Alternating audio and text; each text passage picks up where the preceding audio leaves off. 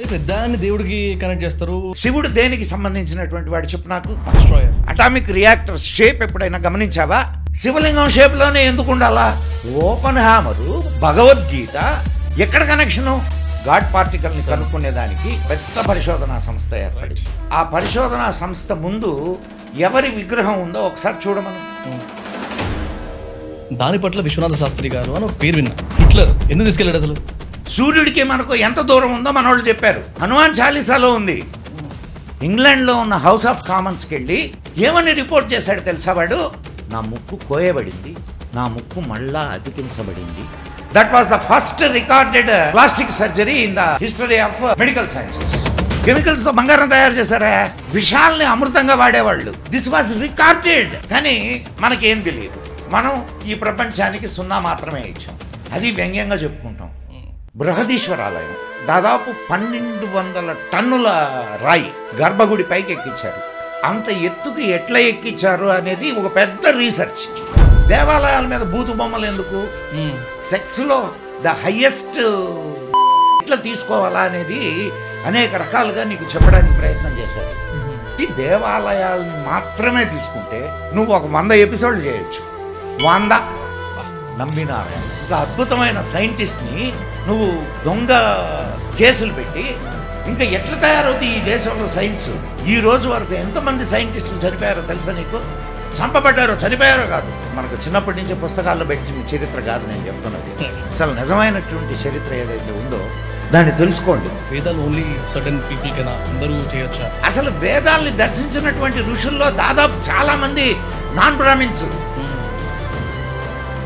Guys, podcast start చేసే ముందు వచ్చిన రిక్వెస్ట్. ఆల్మోస్ట్ 100 మెంబర్స్ వ్యూవర్స్ వస్తే అందులో 30 మెంబర్స్ మాత్రమే సబ్స్క్రైబ్ చేస్తారు. జస్ట్ ఇమాజిన్ మిగిలిన వాళ్ళు కూడా సబ్స్క్రైబ్ చేస్తే ఛానల్ సబ్స్క్రైబర్ కౌంట్ ఎంత పెరుగుతుంది అండ్ కొత్త గెస్ట్లను రీచ్ అవుట్ అయ్యేటప్పుడు మనకి ఎంత ఈజీ అవుతుంది. సో ఇన్ కేస్ మన ఛానల్ నుంచి ఎప్పుడైనా ఏదైనా ఒక వాల్యూ యాడ్ అయింది అనిపిస్తే డూ సబ్స్క్రైబ్ ద ఛానల్. ఈ పాడ్కాస్ట్ వస్తే ancient Indian technology, most curious topic. అసలు మన టెంపుల్స్ వెనకాల సైన్స్ ఏంటి, ఆ టెక్నాలజీ ఏంటి, ఎలాంటి టెక్నాలజీ వాడితే అలాంటి శిల్పాలు లేకపోతే అంటే మెస్మరైజింగ్ అంటే ఇంజనీరింగ్ మార్వల్స్ అంటారు కదా, అలాంటి మాన్యుమెంట్స్ ఎట్లా వచ్చినాయి, ఈ క్వశ్చన్స్ చాలా ఉండేవి అనమాట. దాంతోపాటు వేదాల్లో సైన్స్ అనేది ఇన్వాల్వ్ అయింది, టెక్నాలజీ గురించి కూడా మాట్లాడారు, మషనరీ గురించి అప్పుడెప్పుడో మాట్లాడారు వేదాల్లో. ఇట్లాంటివన్నీ వింటున్నప్పుడు there should be someone who's researching on all this and who's capable enough to talk about all this అనిపించింది. And that's where we got this guest, mister Madan Gupta. నేను ఆల్మోస్ట్ పర్సనల్గా ఆయన ఒక 10 years నుంచి చూస్తున్నాను. ద వే హీ రీసెర్చెస్, ఆయన ఇంట్లో ఒక మినీ లైబ్రరీ ఉంటుంది. And his team, the kind of research he does, అంటే బయట ప్రసంగాల్లో కానీ అంటే స్టేజ్ షోస్ మీద మాట్లాడేటప్పుడు the points that he elevates, ప్రతి ఒక్కసారి అంటే ప్రతి డిస్కషన్లో ఒక క్వశ్చన్ మార్క్ రేజ్ అవుతుంది నాకు, ఇదేంటి అదేంటి అనుకుంటూ. So I thought he'll be the best guest for this podcast. And ఈ గెస్ట్తో ఇంకో స్పెషల్ కనెక్షన్ ఉంది నాకు. 10 years నుంచి అన్నాను కదా, he's my best friend and co founder's father. Literally చెప్తున్నాం కదా, ఈ పాడ్కాస్ట్ ఒక క్వశ్చన్ మార్క్తోనే స్టార్ట్ అవుతుంది, ఒక క్వశ్చన్ మార్క్తోనే ఎండ్ అవుతుంది. But definitely every Indian will be proud after listening to this podcast. Uncle నమస్తే అండ్ హాయ్. నమస్తే. ఆల్రెడీ మన వాళ్ళకి అందరికీ తెలుసు నేను మీకు ఎట్లా రిలేటెడ్, ఎప్పటి నుంచి మిమ్మల్ని చూస్తున్నా అండ్ ఎందుకు మీరు ఇక్కడ ఉన్నారు, నాకెంత కష్టమైంది మిమ్మల్ని తీసుకొచ్చి కూర్చోబెట్టడము అని చెప్పేసినాను. సో యాజ్ వి డిస్కస్, కొంచెము సైంటిఫిక్, కొంచెం స్పిరిచువల్, కొంచెం హిస్టరీ, కొంచెం లాజికల్, ఇవన్నీ మాట్లాడదాం ఇవాళ. ఐఎమ్ అ లేమన్, నాకు కొంచెం పట్టు తక్కువ ఉన్న టాపిక్ గురించి మీతో మాట్లాడుతున్నాం ఇవాళ. నేను మొదటగా మిమ్మల్ని అభినందించడానికి, అప్రిషియేట్ చేయడానికి ఒక చిన్న వర్డ్ ప్లీజ్. మీ రా టాక్స్ కదా, మీ చాలా మంచి పేరు పెట్టారు. మీరేమనుకొని పెట్టారో నాకైతే తెలియదు. నేనేమనుకుంటున్నానంటే research and analysis. Wow, thank you very much. It's very good. And రా అంటే ఏ కల్తీలు లేనిది అని. సో ఈ 2 విషయాల్ని మీరు ప్రజలకు ఇస్తున్నందుకు నాకు చాలా సంతోషంగా ఉంది. Thank you very much. Thank you. అందులో క్వశ్చన్ ఉంది. ఆ క్వశ్చన్ కంటే ముందు ఒక చిన్న ఫ్యాక్ట్ ఉంది. 1985 ఆ టైంలో అనుకుంటా, ఎన్టీ రామారావు గారి టైంలో మన హుస్సేన్ సాగర్లో బుద్ధుడి విగ్రహం రావాలని ఒక డిసిషన్ అయింది. ఆ విగ్రహానికి స్టోన్ కావాలి. ఆ స్టోన్ భువనగిరి దగ్గర ఉన్న రాయగిరి, అంటే మా ఊరి పక్కన రాయగిరి నుంచి తీసుకొని వచ్చారు. అరౌండ్ 350 tons వెయిట్ ఉన్న మన స్టోన్. తర్వాత 58 feet హైట్ అనుకుంటా తెలిసి. అది అక్కడి నుంచి ఇక్కడ తీసుకురావడానికి అండ్ దాన్ని చెక్కి బుద్ధుడిలాగా తయారు చేయడానికి అరౌండ్ $3 million ఖర్చు అయిందంట. 5 సంవత్సరాల టైం పట్టిందంట. అండ్ అక్కడి నుంచి ఇక్కడ తీసుకొచ్చేటప్పుడు సెమీ ఫినిష్డ్ దాన్ని తీసుకొచ్చారు అనుకుంటా, if I'm not wrong, subject to correction.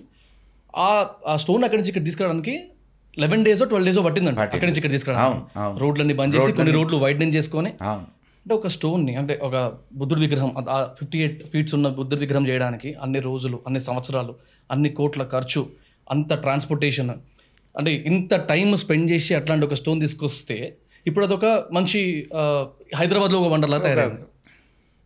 ఇది ఒక ఫ్యాక్ట్ లాగా పక్కన పెడితే దీన్ని చూస్తూ మన పురాతనమైన టెంపుల్స్ని చూస్తూ, లేకపోతే రీసెంట్గా నేను కైలాస టెంపుల్ గురించి చూసినప్పుడు ఒక రాయి, సింగిల్ రాయి నుంచి పైనుంచి చెక్కుకుంటూ కిందకి వచ్చారనేది, దాంతోపాటు ఐరన్ స్తంభం, ఇట్లాంటివన్నీ చూస్తున్నప్పుడు ఏంటి సార్ అంటే మనకి ఇవి కాదా వండర్స్? మీతో మాట్లాడదాం. ఇంత టెక్నాలజీ వచ్చిన తర్వాత మనం అంటే చాలా టెక్నాలజికల్గా మనం చాలా పెరిగాము, చాలా అభివృద్ధిలోకి వచ్చాము అనుకున్న తర్వాత కూడా నువ్వు చెప్పినట్టు ఆ రాయిని ఇక్కడికి తీసుకురావడానికి 11 రోజులు పట్టింది.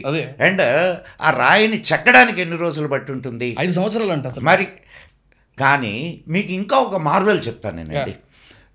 బృహదీశ్వర ఆలయం పేరున్నారా?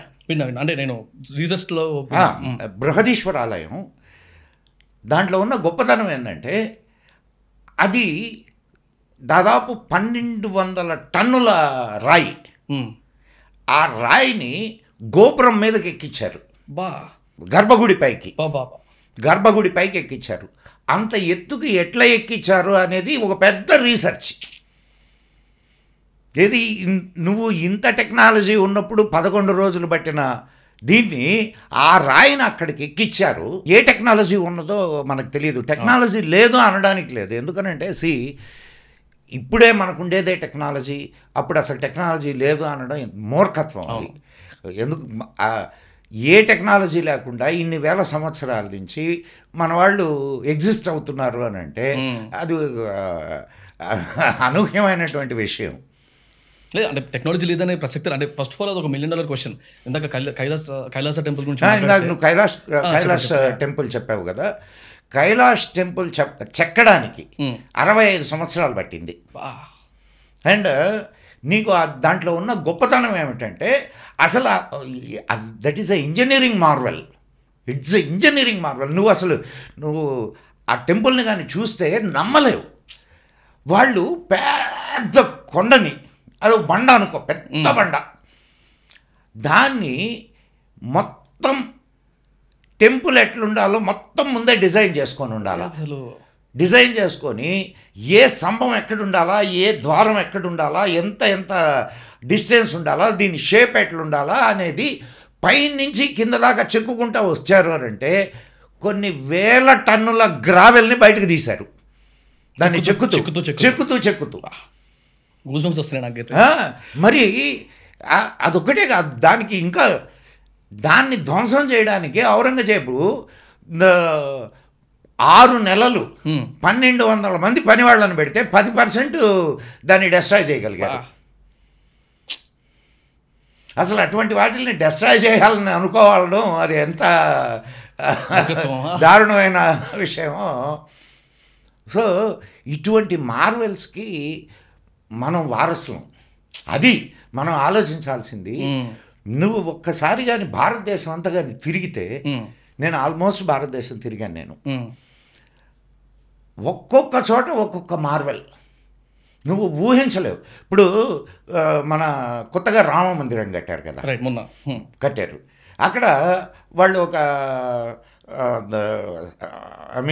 మిర్రర్ టెక్నాలజీ ఉపయోగించి సన్లైట్ దేవుడి మీద పడేటట్టు మన శ్రీశైలంలో భ్రమరాంబ దేవస్థానంలో నీకు సంవత్సరంలో ఒక్కసారి సన్లైట్ అమ్మవారి పాదాల దగ్గర నుంచి తల దాకా ఇట్లా లేస్తుంది. మేము స్వయంగా చూసాము. ఆ రోజు మేము అక్కడే ఉండే అదృష్టం దక్కింది మాకు. సూర్య దేవాలయం, ఇది అరసవిల్లి సూర్య దేవాలయంలో సంవత్సరానికి ఒక్కసారి సూర్యుడి పాదాల మీద సూర్యకిరణాలు పడతాయి. నువ్వు ఎక్కడికో పోతున్నావు. ఇంకొక అద్భుతమైన విషయం నీ చుట్టుపక్కలే ఉంది. ఛాయా సోమేశ్వరాలయం నల్గొండ దగ్గర. ఛాయా సోమేశ్వరాలయం గురించి విన్నా? అది అదే సూర్యుడు ఉదయించినప్పటి నుంచి సూర్యుడు అస్తమించేదాకా ఒక నీడ దేవాలయంలో పడుద్ది, ఒకే చోట ఒకే చోట యాంగిల్ మారకుండా. ఇప్పుడు అవి దాని వెనుక ఖచ్చితమైన సైన్స్ ఉంది. కానీ ఆనాడు ఆ సైన్స్ని వాళ్ళు అడాప్ట్ చేసుకున్నారు అని అంటే దాన్ని మనం అప్రిషియేట్ చేయాలి. ఎగ్జాక్ట్లీ, నేను అదే అడగబోతున్నాను. ఎలా చేసి ఉంటారు ఇట్లా? ఎంతమంది ఇప్పుడు అంతమంది పనులు కలిసి కులగొట్లేంది ఎంతమంది కలిసి కట్టు ఉంటే అయి ఉంటుంది ఖచ్చితంగా. అది మీకు ఇంకొక గొప్ప విషయం చెప్తాను నేనండి. ఆ మొత్తం ఇది కైలాష్నాథ్ టెంపుల్ని నిర్మించింది మన సౌత్ ఇండియన్ శిల్పులు. రాజు మన సౌత్ ఇండియన్ రాజుని కింగ్ని ఓడించి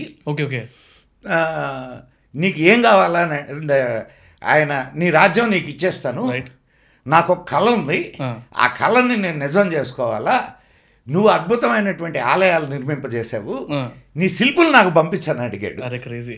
వాళ్ళు వెళ్ళి అక్కడ ఆలయాన్ని తయారు చేశారు. కొంచెం మీ పేర్లో ఇస్తే కింద పెడతాను, నేను కొంచెం రీసెర్చ్ కూడా ఇస్తాను ఖచ్చితంగా, తప్పకుండా ఇస్తాను మీకు. ఇది కూడా షాక్ అయినండి, అంటే ఐరన్ పిల్లర్ మీరు ఇప్పుడు అది మధురలో తయారైంది. రైట్, దాన్ని తయారైంది మధురలో. నువ్వు ఎంత డయా ఉంటుంది, అది నువ్వు ఇట్లా అంటే కూడా సరిపోదు.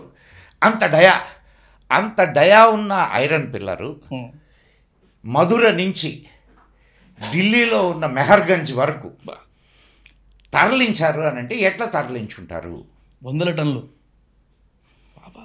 అది నీకు అదొకటే మార్వెల్ కాదు, అది పెద్ద విషయం కాదు.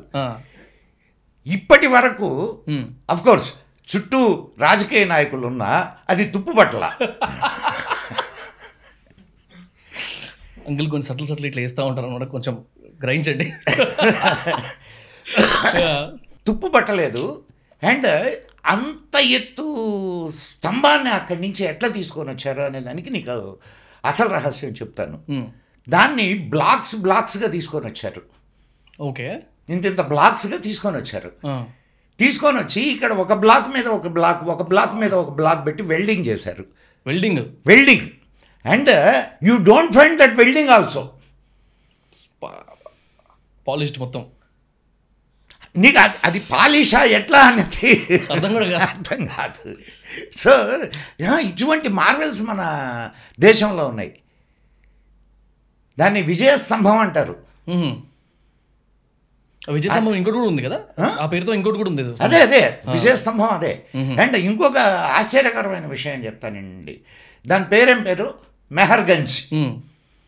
ఏది ఆ ఏరియా పేరు? మెహర్గంజ్. ఓకే, మెహర్గంజ్ ఎవరి పేరుతో వచ్చిందో తెలుసా మీకు? మిహిరాచార్యుడి పేరుతో వచ్చింది. Okay, who is a mathematician. మిహిరాచార్యుడు. ఇప్పుడు అక్కడ కుతుబ్ మీనార్ ఉంది. అవును, దాని మీద ఏయో ఈ ఉర్దూ ఇవి చెక్కుంటారు. అవును, అది ఎందుకు కట్టారు తెలుసా? It's an observatory. ఓకే, అంటే అక్కడి నుంచి నక్షత్రాలని వాటిని పరిశీలించడానికి అబ్జర్వేటరీ అది. ఓహో, నీకు లోపల నుంచి పైకి వెళ్ళడానికి మెట్లుంటాయి. మరి ఎంతమందికి తెలుసు? నేను ఇవి కూడా కొన్ని ఈ మధ్య వింటున్నా. నీకు ఒక్కొక్క దేవాలయం ఉట్టి దేవాలయాల్ని మాత్రమే తీసుకుంటే నువ్వు ఒక 100 ఎపిసోడ్లు చేయొచ్చు. 100 అద్భుతాలను ఇప్పుడు ఎక్కడైనా ఒక చిన్న ఇది చెప్తా. దేవాలయం ఎక్కడ ఉంటుంది? ఊళ్ళో ఉంటుంది. ఊళ్ళో ఉంటుంది. ఊరే దేవాలయంలో ఉంటే, దేవాలయం లోపల ఊరే దేవాలయం లోపల ఉంటే విచిత్రమా కాదా? అఫ్కోర్స్ విచిత్రమే. శ్రీరంగం పోతే నువ్వు 7 ప్రాకారాలు అయ్యి. ఓకే, 7 ప్రాకారాలు, మధ్యలో మూల విరాట్ ఉంటాడు. ప్రాకారాలు అంటే ద్వారాలు కదా? ద్వారాలు. ఎంట్రన్స్ 7 ఎంట్రన్సెస్ 4 వైపుల నుంచి ఉంటాయి. ఈ ఈ 7 ప్రాకారాస్లో మొత్తం ఇళ్ళు, షాపులు అన్నీ ఈ 7 ప్రాకారాస్లో ఉంటాయి. ఇప్పుడు చెప్పు నాకు, ఎంత మార్వెల్ అది? అంటే ఈ సిటీ ప్లానింగ్ కానీ ఆ నగర ప్లానింగ్ కానీ ఎప్పుడు చేసుకొని అది గుడిలాగా తయారు చేసుకొని. అండ్ ఇంకా ఇప్పుడు మనకున్నటువంటి హయ్యెస్ట్ టెక్నాలజీస్ అన్నిటినీ మన ఆలయాల్లో చూపించారు. అంటే ఈ టెక్నాలజీ ఏమిటి ఏంది అని నన్ను అడక్కు, ఎందుకంటే నేను దాని వెనక ఉన్నటువంటి టెక్నాలజీని పట్టుకోవడానికి నాకు ఒక జీవితం సరిపోదేమో. ఇప్పుడు మనకు వార్తల్లో ఉన్నటువంటి టెంపుల్ ఇది పూరి జగన్నాథ్. పూరి జగన్నాథ్ టెంపుల్లో మందసం ఐ మీన్ ట్రెజరీని ఓపెన్ చేస్తున్నారని దాని మీద పెద్ద ఇవి ఉన్నాయి.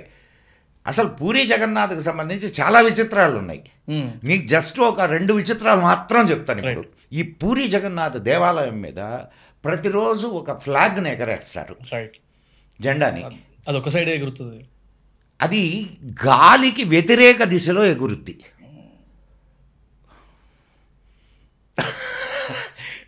ఇప్పుడు గాలి ఇటు వీస్తుంది అనుకోండి, ఫ్లాగ్ ఇటు ఇటు ఇటు రెపరెపలాడుద్ది. అంటే దాని అర్థం ఏమిటి? వ్యతిరేక దిశలో ఎట్లా ఎగురుతుంది? గాలి ఇటుంటే ఫ్లాగ్ ఇటు రావడం అనేది, ఇటు ఎగరడం అనేది, అది దాని వెనక టెక్నాలజీ ఏందో నాకు తెలియదు. నువ్వు ఆ ప్రశ్న తర్వాత ప్రశ్నకు భయపడుతున్నాను నేను. తర్వాత ఇంకొకటి, అది పైన చక్రం ఉంటుంది, ఇది ఆ దేవాలయం పైన చక్రం ఉంటుంది, అది చాలా దూరం కనిపిస్తుంది. నువ్వు 360 డిగ్రీస్లో ఆ చక్రాన్ని ఎటు చూసినా ఆ చక్రం నీకు ఇట్లానే కనిపిస్తుంది. ఇప్పుడు ఒక యాంగిల్లో చూస్తే చక్రం ఇట్లా కనిపించాలి కదా, అవునవును, కానీ చక్రం ఒకేలా కనిపిస్తుంది. మరి దీనికి ఏమంటారు? దీని వెనక టెక్నాలజీ ఏంటి? నీకు టెక్నాలజీ లేదు అని చెప్పట్లేదు నేను, టెక్నాలజీ ఉంది. కానీ ఆ టెక్నాలజీ ఏంది అనేది నేటి మన సమాజం కనుక్కోలేకపోవడానికి 2 కారణాలు. ఒకటి, మనకు ఆ విషయాల మీద శ్రద్ధ లేకపోవడం, ప్రయత్నం చేయకపోవడం. ప్రతిదానికి వెనుక ఒక ఖచ్చితమైన సాంకేతిక విజ్ఞానం ఉంటుంది. అసలు శిల్పులు ఎంత అద్భుతాలు సృష్టించారు అని అంటే అంత అద్భుతాలు సృష్టించారు. మీరు ఒకసారి బేలూరు హళ్ళిబేడు వెళ్ళండి. బేలూరు హళ్ళిబేడు కర్ణాటకలో ఉంది. బేలూరు హళ్ళిబేడులో విగ్రహానికి కిరీటం ఉంటుంది. ఆ కిరీటానికి గజ్జలు ఉంటాయి. గజ్జలకు మధ్య నీకు హోల్స్ ఉంటాయి. అంటే రాతిలో గజ్జలకు మధ్యలో హోల్స్ చేశారు అని అంటే మీరు దారం ఎక్కిస్తే వెళ్తుంది.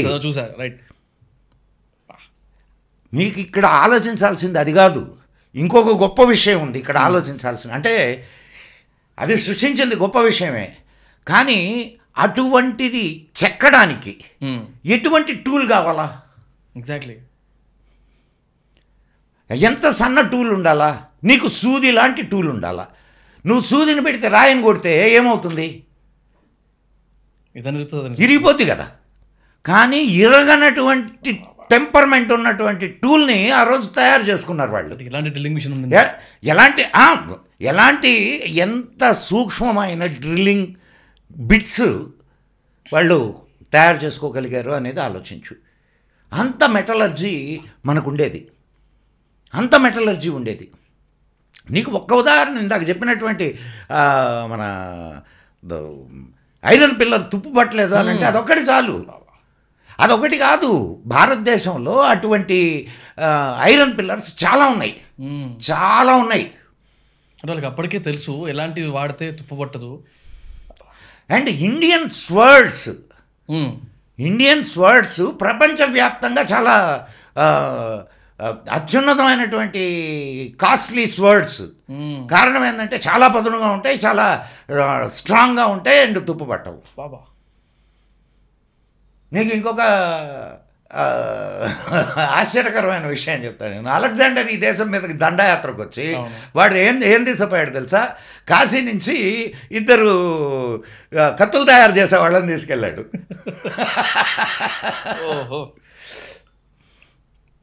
సో ఇట్లా మనం భారతదేశపు ఔన్నత్యాన్ని గురించి మాట్లాడుకుంటూ ఉంటే నువ్వు ఏ రంగం తీసుకో, కెమికల్స్తో బంగారం తయారు చేశారా ఇక్కడ మన దగ్గర. నాగార్జునుడు తెలుసు కదా, మన నాగార్జున సాగర్ ఆయన పేరు మీద వచ్చింది కదా. ఓకే. నాగార్జున కొండ అని ఉంది, తెలుసా నీకు? నాగార్జున కొండ అని. నువ్వు నాగార్జున సాగర్కి వెళ్తే బ్యాక్ వాటర్స్లో నిన్ను బోట్లో తీసుకెళ్తారు కొండ దగ్గరికి. ఓకే. అక్కడ నాగార్జునుడు రీసెర్చ్ చేసిన ప్రదేశం అది. అండ్ నీకు ఇంకొక అయితే దీనికి నా దాఖలాలు నన్ను అడగకు, ఇది ప్రూఫ్స్ అడగకు. నేను చాలా చోట్ల విన్నటువంటి విషయం ఇది. ఇది దీంట్లో ఎంతవరకు నిజం ఉందో నాకు తెలియదు, కానీ దాని మీద నేను ఎక్కువ వర్క్ చేయలేదు. మొత్తం భారతదేశంలో అత్యంత మంచి బలిష్టమైనటువంటి ఎద్దులు దేనికి సంబంధించినవి, ఎక్కడ మన ఒంగోలు. ఎగ్జాక్ట్లీ ఒంగోలు ఎద్దుల్ని చూస్తే నీకు. అండ్ యాక్చువల్గా దాన్ని నెల్లూరు, అది ఒకప్పుడు నెల్లూరులో ఉండింది, దాన్ని నెల్లూరు ఎద్దులు అనేవాళ్ళు. Okay okay. అండ్ నెల్లూరులో ఇంకొక స్పెషల్ బ్రీడ్ ఉంది, దాని గొర్రెలు. ఓకే. గొర్రెల బ్రీడ్, దాన్ని జోడిపే అంటారు. ఓకే. జోడిపే అంటే బాస్టర్డ్ అని ఓకే ఇంగ్లీష్లో. ఓకే. అండ్ అది హయ్యెస్ట్ మీట్ ఈల్డ్ ఇస్తుంది. ఈ 2 నాగార్జునుడు తయారు చేశాడు ఈ 2 బ్రీడ్స్ని అని ఒక అంటే అనూచానమైనటువంటి ఎద్దు. అండ్ ఇది ల్యాబ్ మేడా ఈ బ్రీడ్స్? Lab breeds. మనకి ఇప్పుడు డాగ్స్ ఇంకా క్యాట్స్ ఉంటాయి అట్లా. వావ్. సో అంటే దీనికి ఇంకా ప్రూఫ్స్ కనబడలేదు మనకి, బట్ దిస్ ఇస్ అంటే మేము మా చిన్నప్పుడు విన్నటువంటి విషయాలు ఇవి. అండ్ అదొకటే కాదు, ఈరోజు రసరత్నాకరం అని ఆయన ఒక పుస్తకం రాశాడు. రైట్. దాంట్లో మెటల్ని బంగారంగా ఎట్ట తయారు చేయొచ్చో రాశాడు. పాదరసాన్ని గురించిన అనేక పరిశోధనలు చేశాడు. పాదరసం మెర్క్యూరీ. అంటే మన భారతీయులు ఎంత ఎత్తులకి వెళ్ళారు మెడిసిన్స్లో కూడా అనే దానికి నీకు కొన్ని చెప్తాను నేను. విషాల్ని అమృతంగా వాడేవాళ్ళు, అమృతంగా తయారు చేసేవాళ్ళు. మెర్క్యూరీని తింటే ఏమవుద్ది? చచ్చిపోతాడు, ఆన్ ద స్పాట్ చచ్చిపోతాడు. అట్లాంటి మెర్క్యూరీని మందుల్లో వాడతారు శుద్ధి చేసి. ఓకే. రిఫైన్. బంగారాన్ని సున్నం అంటారు ఆయుర్వేదంలో. ఓకే. అంటే దాన్ని పౌడర్ చేస్తారు అన్నమాట. నీకు దేహదారుఢ్యానికి అండ్ చాలా చాలా క్యాన్సర్లకు పనికి వస్తుందని. అది ఎట్లా తయారు చేస్తారు? అది ఏ technology? It's nothing but nano technology. మనకి ఎన్ని వేల సంవత్సరాల నుంచి వస్తున్నటువంటి విద్యలు ఇవి, లెక్క కూడా లేదు. మీ ప్రసంగంలో అనుకుంటా నేను ఎక్కడ విన్నా మ్యాథ్స్ గురించి కూడా, మన వేదాల్లో వాటిలో ఎంతమంది వర్క్ చేశారు. మనకు ఇప్పుడు వేదిక్ మ్యాథమెటిక్స్ అని ఉంది మనకి. అండ్ లీలావతి గణితం అని ఉంది, భాస్కరాచార్యులు రాశారు. భాస్కరాచార్యులు ఆయన కూతురు పేరుతో రాశాడు. ఆ గ్రంథానికి కూతురు పేరు పెట్టాడు. క్యాలిక్యులేషన్స్ ఎట్లా చేయాలా. ఈరోజు నువ్వు కానీ లీలావతి గణితాన్ని తీసుకొని ప్రాక్టీస్ చేయడం ఇంగ్లీష్లో ఉంది. ఓకే. లీలావతి గణితం ఇంగ్లీష్లో ఉంది, ఇంగ్లీష్లోకి ట్రాన్స్లేట్ చేశారు దాన్ని. రైట్. సో మ్యాథమెటిక్స్ని ఈక్వేషన్స్ని నువ్వు ఎంత ఈజీగా సాల్వ్ చేయగలవు అనే దాని మీద ఆ బుక్. దీన్ని ఒక్కరేందా ఇప్పుడు నీకు సూర్యకేంద్రక సిద్ధాంతం అంటే సన్సెంట్రిక్. రైట్. మన ఆర్యభట్టుడు నువ్వు ఇందాక ఫస్ట్లో ఒక మాట అన్నావు, ఏది నావల్ మీ ఛానల్లో నావల్ గురించి. అవును అవును. నావల శాస్త్రం. మనకు వేదాల నుంచి ఉంది. మనకు అమ్మవారిని ప్రార్థించేటప్పుడు అంటే దుర్గా సూక్తంలో ఒక లైన్ ఉంది. అది ఏమనంటే కష్టాల నావను, కష్టాల సముద్రాన్ని నీ దయా అనే నావతో మమ్మల్ని దాటించు తల్లి. నావా అంటే షిప్ దాటించు తల్లి. ఎక్కడిది? ఇది ఋగ్వేదంలోది. ఋగ్వేదంలో సముద్రాన్ని దాటడానికి నావా అనేది ఒకటి ఉంటుంది. రైట్. ఎన్ని వేల గురించి కూడా ఉంది కదా. Will talk about that Vasco డ గామా క్యారెక్టర్ దగ్గర. ఎస్, భారతదేశానికి సముద్ర మార్గాన్ని కనుక్కున్నవాడు వాస్కో డి గామా. మేము చదువుకుంది అదే. చదువుకున్నారు కదా, మేము చదువుకున్నాం, మీరే కదా, మేము కూడా చదువుకున్నాం. అసలు నిజమైంది, వాస్కో డి గామా భారతదేశానికి అంటే భారతదేశానికి వీళ్ళు ఈ పోర్చుగీస్ వాళ్ళు, ఫ్రాన్స్, పోర్చుగీస్ బుడతకీసులు అని కూడా అంటారు తెలుగులో. వాళ్ళకి ఎట్లా వెళ్ళాలో తెలియదు. వాళ్ళు కేప్ ఆఫ్ గుడ్ హోప్ దాకా వచ్చేవాళ్ళు. Okay. Cape of good hope దగ్గరకు వచ్చి అక్కడి నుంచి మళ్ళీ వెనక్కు తిరిగిపోవడం కూడా తెలియక చచ్చిపోయిన వాళ్ళు చాలామంది ఉన్నారు. ఓకే, ఆ మధ్యలో వరకు వచ్చి సరే, వీడు ఫ్రాన్స్ నుంచి బయలుదేరి వాస్కో డి గామా దానికి ముందు ఒక ఇద్దరిని ఫ్రాన్స్ రాజు పంపించాడు, ఏది దారి వెతుక్కురమ్మని. వాళ్ళు ఒకడు కేప్ ఆఫ్ గుడ్ హోప్ దాకా వచ్చి వెనక్కి వెళ్ళాడు. ఒకడు మన సముద్ర మార్గం ద్వారా కాకుండా నేల మార్గం ద్వారా రోడ్వేలో వాడు వెళ్ళాడు. వాడు ఏమయ్యాడో తెలియదు. కానీ వీడు తిరిగి వచ్చిన కారణంగా ఒక నావని, 4 నావల్ని ఒక పెద్ద నావని 170 మందితో ఆయన సముద్ర మార్గాన్ని కనుక్కోమని చెప్పి పంపించాడు ఒకడిని. వాడు కేప్ ఆఫ్ గుడ్ హోప్ దాకా వచ్చాడు. అక్కడి నుంచి జాంజిబార్ దీవులు అంటారు వాటిల్ని అక్కడి నుంచి అక్కడే వాడికి ఒక గుజరాతీ వ్యాపారి తగిలాడు. ఇక్కడ దాకా వచ్చిన తర్వాత అయ్యా నాకు ఇండియాకు దారి చూపించు అని అంటే, భారత్కి దారి చూపించు అని అంటే, వాడి నావతోటి వీడి నావని తీసుకొని పోయాడు. వాడు స్వయంగా ఆ నావను తీసుకొని వెళ్ళాడు. ఈ వచ్చిన వాడు ఎవడయా అని అంటే వాస్కో డ గామా. వాడు క్యాలికట్ చేరాడు. అప్పటికే మన దగ్గర అంటే వాడిని తీసుకొని వచ్చింది మనోళ్లే, వాడికి మార్గం చూపించింది మనోళ్లే. ఈ విషయం నేను చెప్పడం కాదు, అన్ని మనోళ్ళే కనుక్కున్నారని ఎగతాళి చేస్తుంటారు జనాలు. నేను చెప్పడం కాదు, స్వయంగా వాస్కో డి గామా తన డైరీలో రాసుకున్నాడు. తన డైరీ ఉంది. ఆయన ఇంకొకటి కూడా రాసుకున్నాడు, నా నావ కంటే 3 రెట్లు గుజరాతీ వ్యాపారి నావ 3 రెట్లు పెద్దదని రాసుకున్నాడు. ఇదే పెద్దదనుకుంటే దీంట్లో 170 మంది ఉన్నారనుకుంటే దాంట్లో ఎంతమంది ఉండాలా? అదే కదా, 3 రెట్లు. అండ్ నేను భారతదేశంలో నా నావకు 10 రెట్ల పెద్ద నావల్ని చూశానని చెప్పాడు. వాళ్ళ దృష్టిలో అదే పెద్దది, వాళ్ళ దగ్గర ఉన్నది. బ్రిటిషర్స్ కాలంలో నువ్వు సరే, పోర్చుగీసు అది 1400 సమయంలో జరిగింది, 14వ శతాబ్దంలో. 18వ శతాబ్దంలో బ్రిటిషర్స్ మన వాళ్ళ చేత 300 నావలు తయారు చేయించారు. నేను ఇంకొక విషయం కూడా నీకు చెప్తే బాగుంటుంది.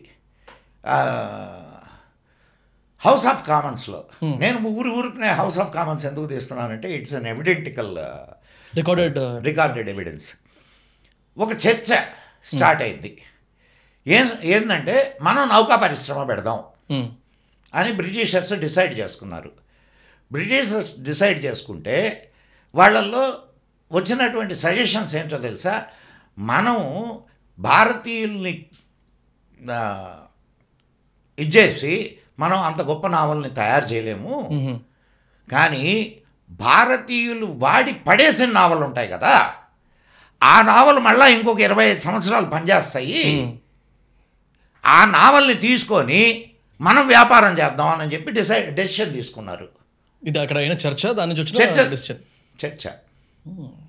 అసలు అంటే నీకు ఎంత టెక్నాలజీ ఉండాలా. నీకు ఒక చిన్న ఉదాహరణ చెప్తా. ఉదాహరణ, అథర్వణ వేదంలో ఒక మంత్రం ఉంది. ఆ మంత్రం ఏంటంటే నఖయంత్రేణ, దాంట్లో వర్డ్ నఖయంత్రేణ. యంత్రం అంటే డివైస్, నఖ అంటే యంత్రము అంటే మీన్ మిషన్. Okay, machine. నఖము అంటే గోరు. ఓకే, గోళ్ళు కత్తిరించే యంత్రము.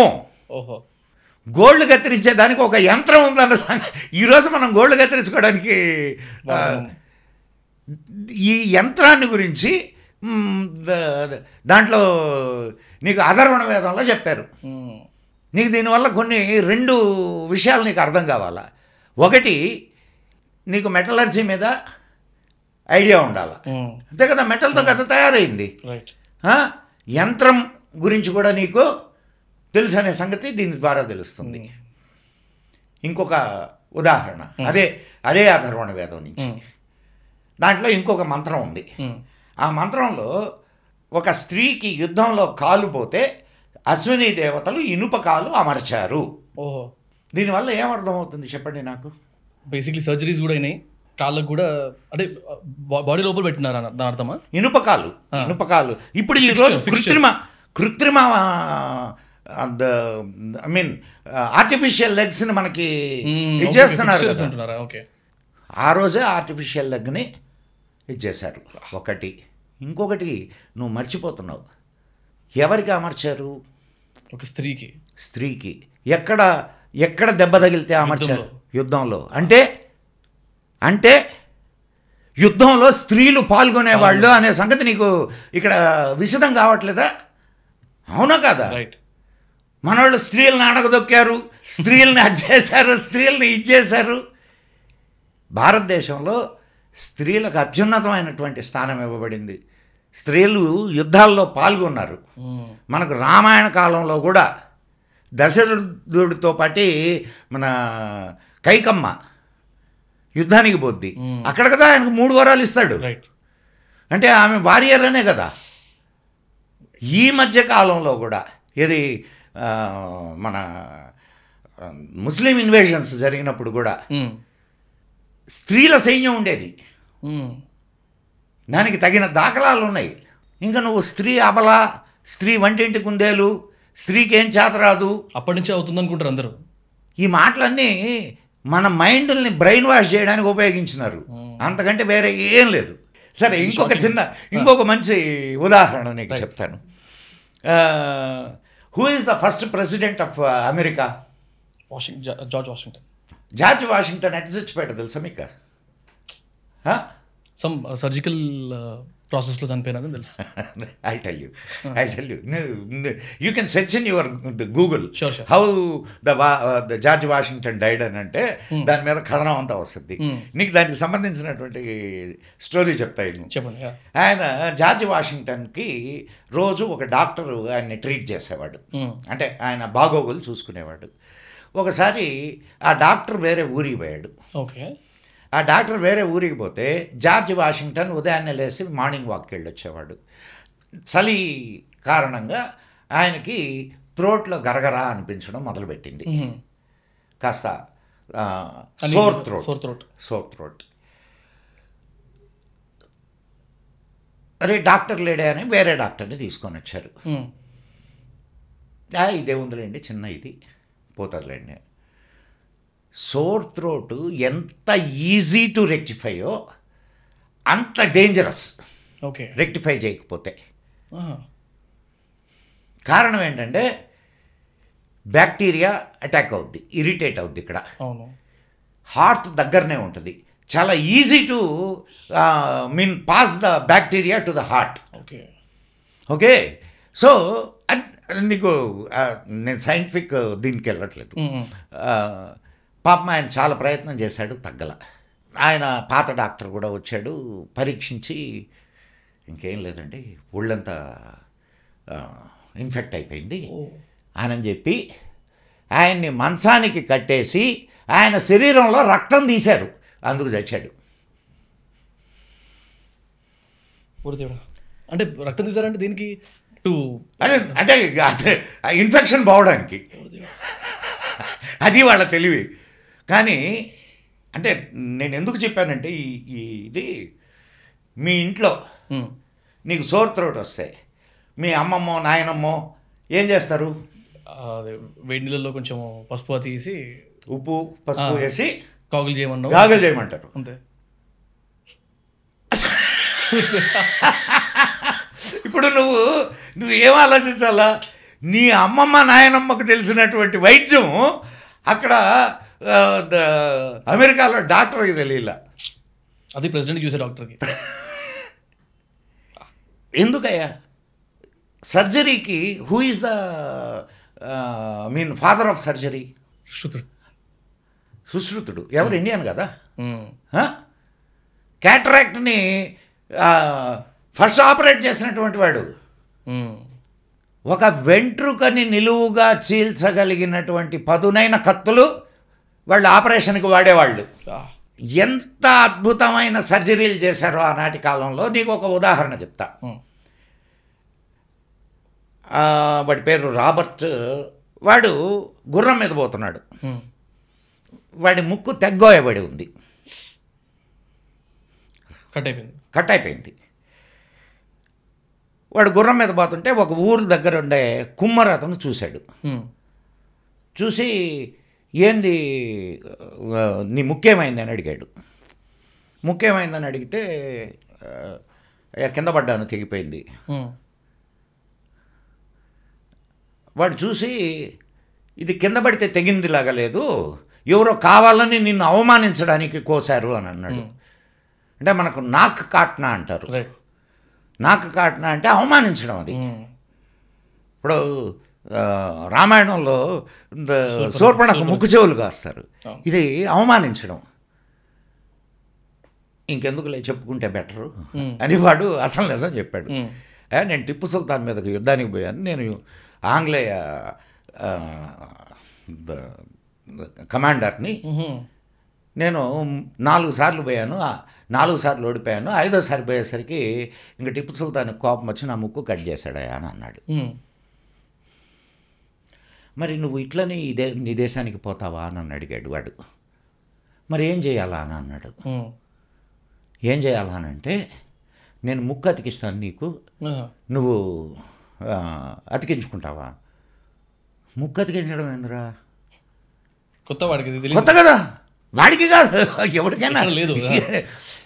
అండ్ వాడు ముక్కు అతికిచ్చాడు, వీడికి తయారు చేశాడు. అంటే దానికి ప్రాసెస్, దాని వెనక ప్రాసెస్.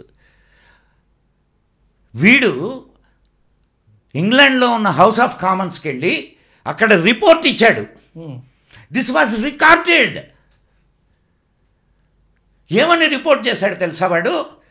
మీరు నా ముక్కును చూస్తున్నారు కదా, ఏమన్నా మీకు తేడా ఉందా అని.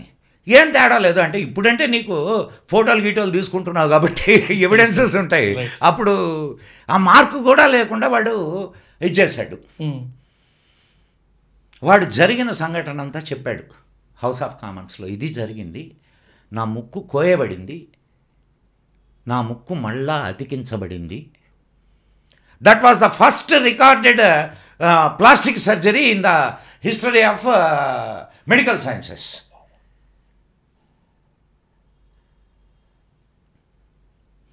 వాడు చెప్పాడట, ఎవరు? ఈ కుమ్మరివాడు. అయ్యా, మా దేశంలో మాదిగా అంటే మహర్, మాదిగా అనే ఇంకొక జాతి ఉంది. వాళ్ళు ఈ సర్జరీని ఇంకా అద్భుతంగా చేస్తారు, వాళ్ళు ఎందుకంటే తోలు మీదనే ఎక్కువ పని చేస్తారు అని చెప్పాడట.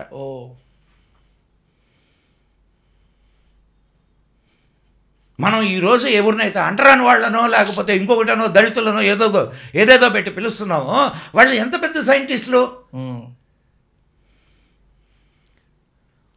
ఎప్పుడైనా ఇట్లాంటి విషయాల గురించి మనం ఆలోచించామా? విన్నది లేదు, చెప్పుకుంది లేదు. మన దాకా మనకు తెలియకుండా చేశారు వంశీ ఇటువంటి అద్భుతమైన విషయాల్ని. మన చరిత్రను ఒకసారి, అందుకే ఎవడైనా సరే మన చరిత్రను తెలుసుకోవాలా. చరిత్రను తెలుసుకుంటే దానివల్ల ఉపయోగం ఏమిటాయనంటే నువ్వేంది అనేది నీకు తెలుస్తుంది. అంటే ఇప్పుడు మనకు చిన్నప్పటి నుంచే పుస్తకాల్లో పెట్టిన చరిత్ర కాదు నేను చెప్తున్నది. అసలు నిజమైనటువంటి చరిత్ర ఏదైతే ఉందో దాన్ని తెలుసుకోండి. తెలుసుకోవడం వలన నీ గొప్పతనం నీకు తెలుస్తుంది, నీవు చేసినటువంటి తప్పులు నీకు తెలుస్తాయి. నువ్వు ఫ్యూచర్లో దాన్ని బట్టి నీ ఫ్యూచర్ని డిజైన్ చేసుకునేదానికి నీకు అవకాశం దొరుకుద్ది. అందుకు చరిత్ర ఉపయోగపడాలా. ఇప్పుడు దాకా మనకు చెప్పిన చరిత్ర ఏంటంటే భారత జాతి అది అణగదొక్కబడిన జాతి, అది దానికి శౌర్యం లేదు. నువ్వు భారతదేశం మొత్తాన్ని ఇంగ్లీష్ వాళ్ళు పరిపాలించారయ్యా అని చెప్తారు. ఎక్కడ పరిపాలించారు చెప్పు నాకు. పోనీ ముస్లింలు మొత్తం భారతదేశాన్ని పరిపాలించారా? వాళ్ళు ఇటు నుంచి దండయాత్ర చేస్తుంటే అటు నుంచి వాళ్ళ మీద దాడులు చేసేవాళ్ళు. అట్లాంటి దాఖలాలు నిద్రపోనీలా. బ్రిటిష్ వాళ్ళను కూడా, బ్రిటిష్ వాళ్ళు అడుగుపెట్టినటువంటి ప్రతి ప్రదేశంలో 400 సంవత్సరాలకు తక్కువ ఎక్కడా పరిపాలించలా. ఒక్క భారతదేశంలోనే 150 సంవత్సరాలు మాత్రమే పరిపాలించారు భారతదేశాన్ని. కారణం ఏంటంటే ఇక్కడ ఉన్నటువంటి సిస్టమ్, ఇక్కడ ఉన్న విద్యా విధానం, ఇక్కడ ఉన్న విద్యా విధానం నీకు సెల్ఫ్ రెస్పెక్ట్ని నేర్పిస్తుంది, సెల్ఫ్ సస్టైనిటీని నేర్పిస్తుంది. ఎప్పుడైతే ఆ సెల్ఫ్ రెస్పెక్ట్, సెల్ఫ్ సస్టైనిటీ ఈ రెండింటిని చంపేస్తే జాతి చచ్చిపోద్ది. నీకు ఇక్కడ ఒక మంచి చిన్న ఒక స్టోరీ చెప్తాను. అంటే స్టోరీ కాదు, ఇట్స్ అన్ ఇన్సిడెంట్. స్వామి రామ పేరు విన్నావా? స్వామి రామ అని హిమాలయన్ యోగి. ఓకే. ఆయన ఈ మధ్య కాలం వరకు బ్రతికున్నాడు. మన పివి నరసింహారావు గారు ఉన్నప్పుడు కూడా ఆయన ఉన్నారు. పివి నరసింహారావు గారి పేరుతో హిమాలయాస్లో ఒక ఆయుర్వేదిక్ రీసెర్చ్ సెంటర్ని ఏర్పాటు చేశాడు. ఆయన ఒకసారి జపాన్కి వెళ్ళాడు. జపాన్కి వెళ్తే జపాన్లో చిన్న చిన్న పెద్ద వృక్షాలని చిన్న చిన్న వృక్షాలుగా, మరగుజ్జు వృక్షాలుగా, అక్కడ వాళ్ళ స్పెషల్ కళ అది. దాన్ని బోన్సాయ్ అంటారు. ఉన్నాయి. ఈయన ఒకటి దగ్గరికి వెళ్ళాడు. ఇదేందా ఇంత పెద్ద వృక్షాన్ని ఇంత చిన్నదిగా చేసావు, ఎట్లా సాధ్యం ఇది అని అడిగాడు. ఏం లేదండి, ఇది చాలా సులభము. నువ్వు వేర్లను కత్తిరించుకుంటూ పోతే పైన ఉన్న చెట్టు పెరగదు. రైట్, అర్థమైందా? ఆయన రూట్స్ని ఆయన తన రూమ్కి వచ్చి తన డైరీలో ఏం రాసుకున్నాడంటే భరత జాతి యొక్క సంస్కృతి అనేటటువంటి వేర్లను కత్తిరించారు, అందువల్ల భరత జాతి ఒక మరగుజ్జు వృక్షంగా మిగిలిపోయింది అని రాశాడు. నీకు ప్రపంచంలో అన్ని దేశాలని గమనిస్తే అత్యంత పురాతనమైనటువంటి సంస్కృతి నిలబడి ఉన్నటువంటి ఏకైక దేశం భారతదేశం. నీకు ఏ దేశంలో ఈ పురాతన సంస్కృతి ఉంది, దీనికి సంబంధించిన వాళ్ళు ఉన్నారు అని చెప్పి నాకు చెప్పు. ఒక్క దేశం చెప్పు నాకు. There is no one single country in entire world except India. నీ పురాతనమైనటువంటి సంస్కృతి నిలిచి ఉన్నటువంటి ఏకైక దేశం ఇది ఒకటే. అండ్ స్క్రిప్చర్స్ కూడా ఇంకా ఉన్నాయి, దీనికి సంబంధించినటువంటి ఎవిడెన్సెస్ ఉన్నాయి. ఇంకా తక్కిన అన్ని దేశాల్లో కారణాలు ఏవైనా కావచ్చు, సమూలంగా అక్కడ ఉన్నటువంటి సంస్కృతులు నాశనం అయిపోయినాయి. కారణం ఏమిటి అని అంటే కొన్ని వేల సంవత్సరాల నుంచి ఈ జాతి ఎగ్జిస్ట్ అవుతూ వస్తుంది. దీని మీద అనేక దాడులు జరిగినాయి. ఒక్క బ్రిటిష్ వాళ్ళు ముస్లిం దండయాత్రలు మాత్రమే కాదు, చాలా దానికి ముందు కూడా హూణులు, శకులు, బర్బరులు వీళ్ళందరూ దండయాత్రలు చేశారు. దండయాత్రలను ఎదుర్కొంటూనే ఈ జాతి ఎగ్జిస్ట్ అవుతూ ఉంది. అంటే ఒక బలం ఉన్నది ఈ జాతిలో. ఆ బలం ఏమిటి? ఇక్కడ ఉన్నటువంటి సంస్కృతి. ఆ బలం ఇక్కడ ఈ సంస్కృతి నీకు ఫ్రీనెస్ని ఇస్తుంది, ఫ్రీ థింకింగ్. నువ్వు ఇదే దేవుణ్ణి పూజించు, ఈ దేవుణ్ణి పూజించకపోతే నువ్వు నరకానికి పోతావు, ఇది చెప్పదు. It gives free. నీవు దేవుడు అనేది, నేను ఇందాక మొట్టమొదట చెప్పాను, దేవుడు అనే దానికి నువ్వు రూపాన్ని ఇచ్చావు. దేవుడికి ఏ రూపంతో నువ్వు దేవుణ్ణి కొలవగలవు? నీ ఇష్టం. నీ ఇష్టం వచ్చిన రూపంతో దేవుణ్ణి కొలువు, తయారు చేసుకో.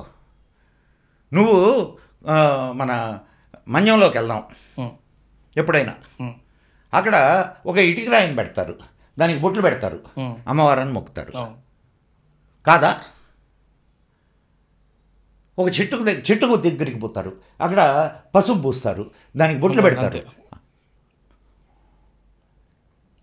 ప్రకృతిలో ఉన్నటువంటి ప్రతి వస్తువులో, ప్రతి దాంట్లో దేవుడిని చూడడం అనేది భారతీయుల యొక్క ప్రత్యేకత.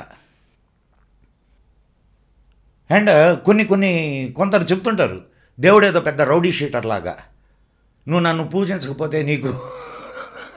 సో ఇవన్నీ, సో నేను ఇక్కడ ఒకరిని విమర్శించడానికి చెప్పడం లేదు, నీ స్వేచ్ఛని నువ్వు కర్టైల్ చేసుకుంటున్నావు. ఇంకొంతమంది చెప్తారు ఇది ఒకటే పుస్తకం. ఏమయ్యా, మనిషి మేధస్సు ఏమన్నా ఒక పుస్తకమా? అనంతమైనటువంటి ఆలోచనలు చేయగలిగినటువంటి మనస్సిది, బ్రెయిన్. ఇప్పుడు ఎందుకయ్యా మీకు 33 కోట్ల దేవతలు, ఇన్ని పుస్తకాలు, ఇంత సాహిత్యం? అనంతమైనటువంటి విజ్ఞానాన్ని వెలువరించడానికి అనంతమైనటువంటి సాహిత్యం కావాలి. It's not curtailed. నువ్వు ఒక్కడివే తెలియగలవాడివా? ఇక్కడ ఉన్నటువంటి నువ్వు నేను షూట్ చేస్తున్నటువంటి కెమెరామాన్లు మాత్రమే తెలియగలవాళ్ళ? ప్రపంచంలో అనేక మంది విజ్ఞానులు ఉన్నారు. మన భారతీయ సాహిత్యం ఏం చెప్తుందో తెలుసా? ఆనో భద్ర కృతవో ఎంతు విశ్వతః. ప్రపంచం నలువైపుల నుంచి వచ్చేటటువంటి అద్భుతమైన భావాలను స్వీకరించండి అంటుంది. ఇంతకంటే గొప్ప ఇది ఎవరు చెప్తారు? జ్ఞానం అనేది ఎక్కడున్నా నువ్వు you have to receive whomever they are.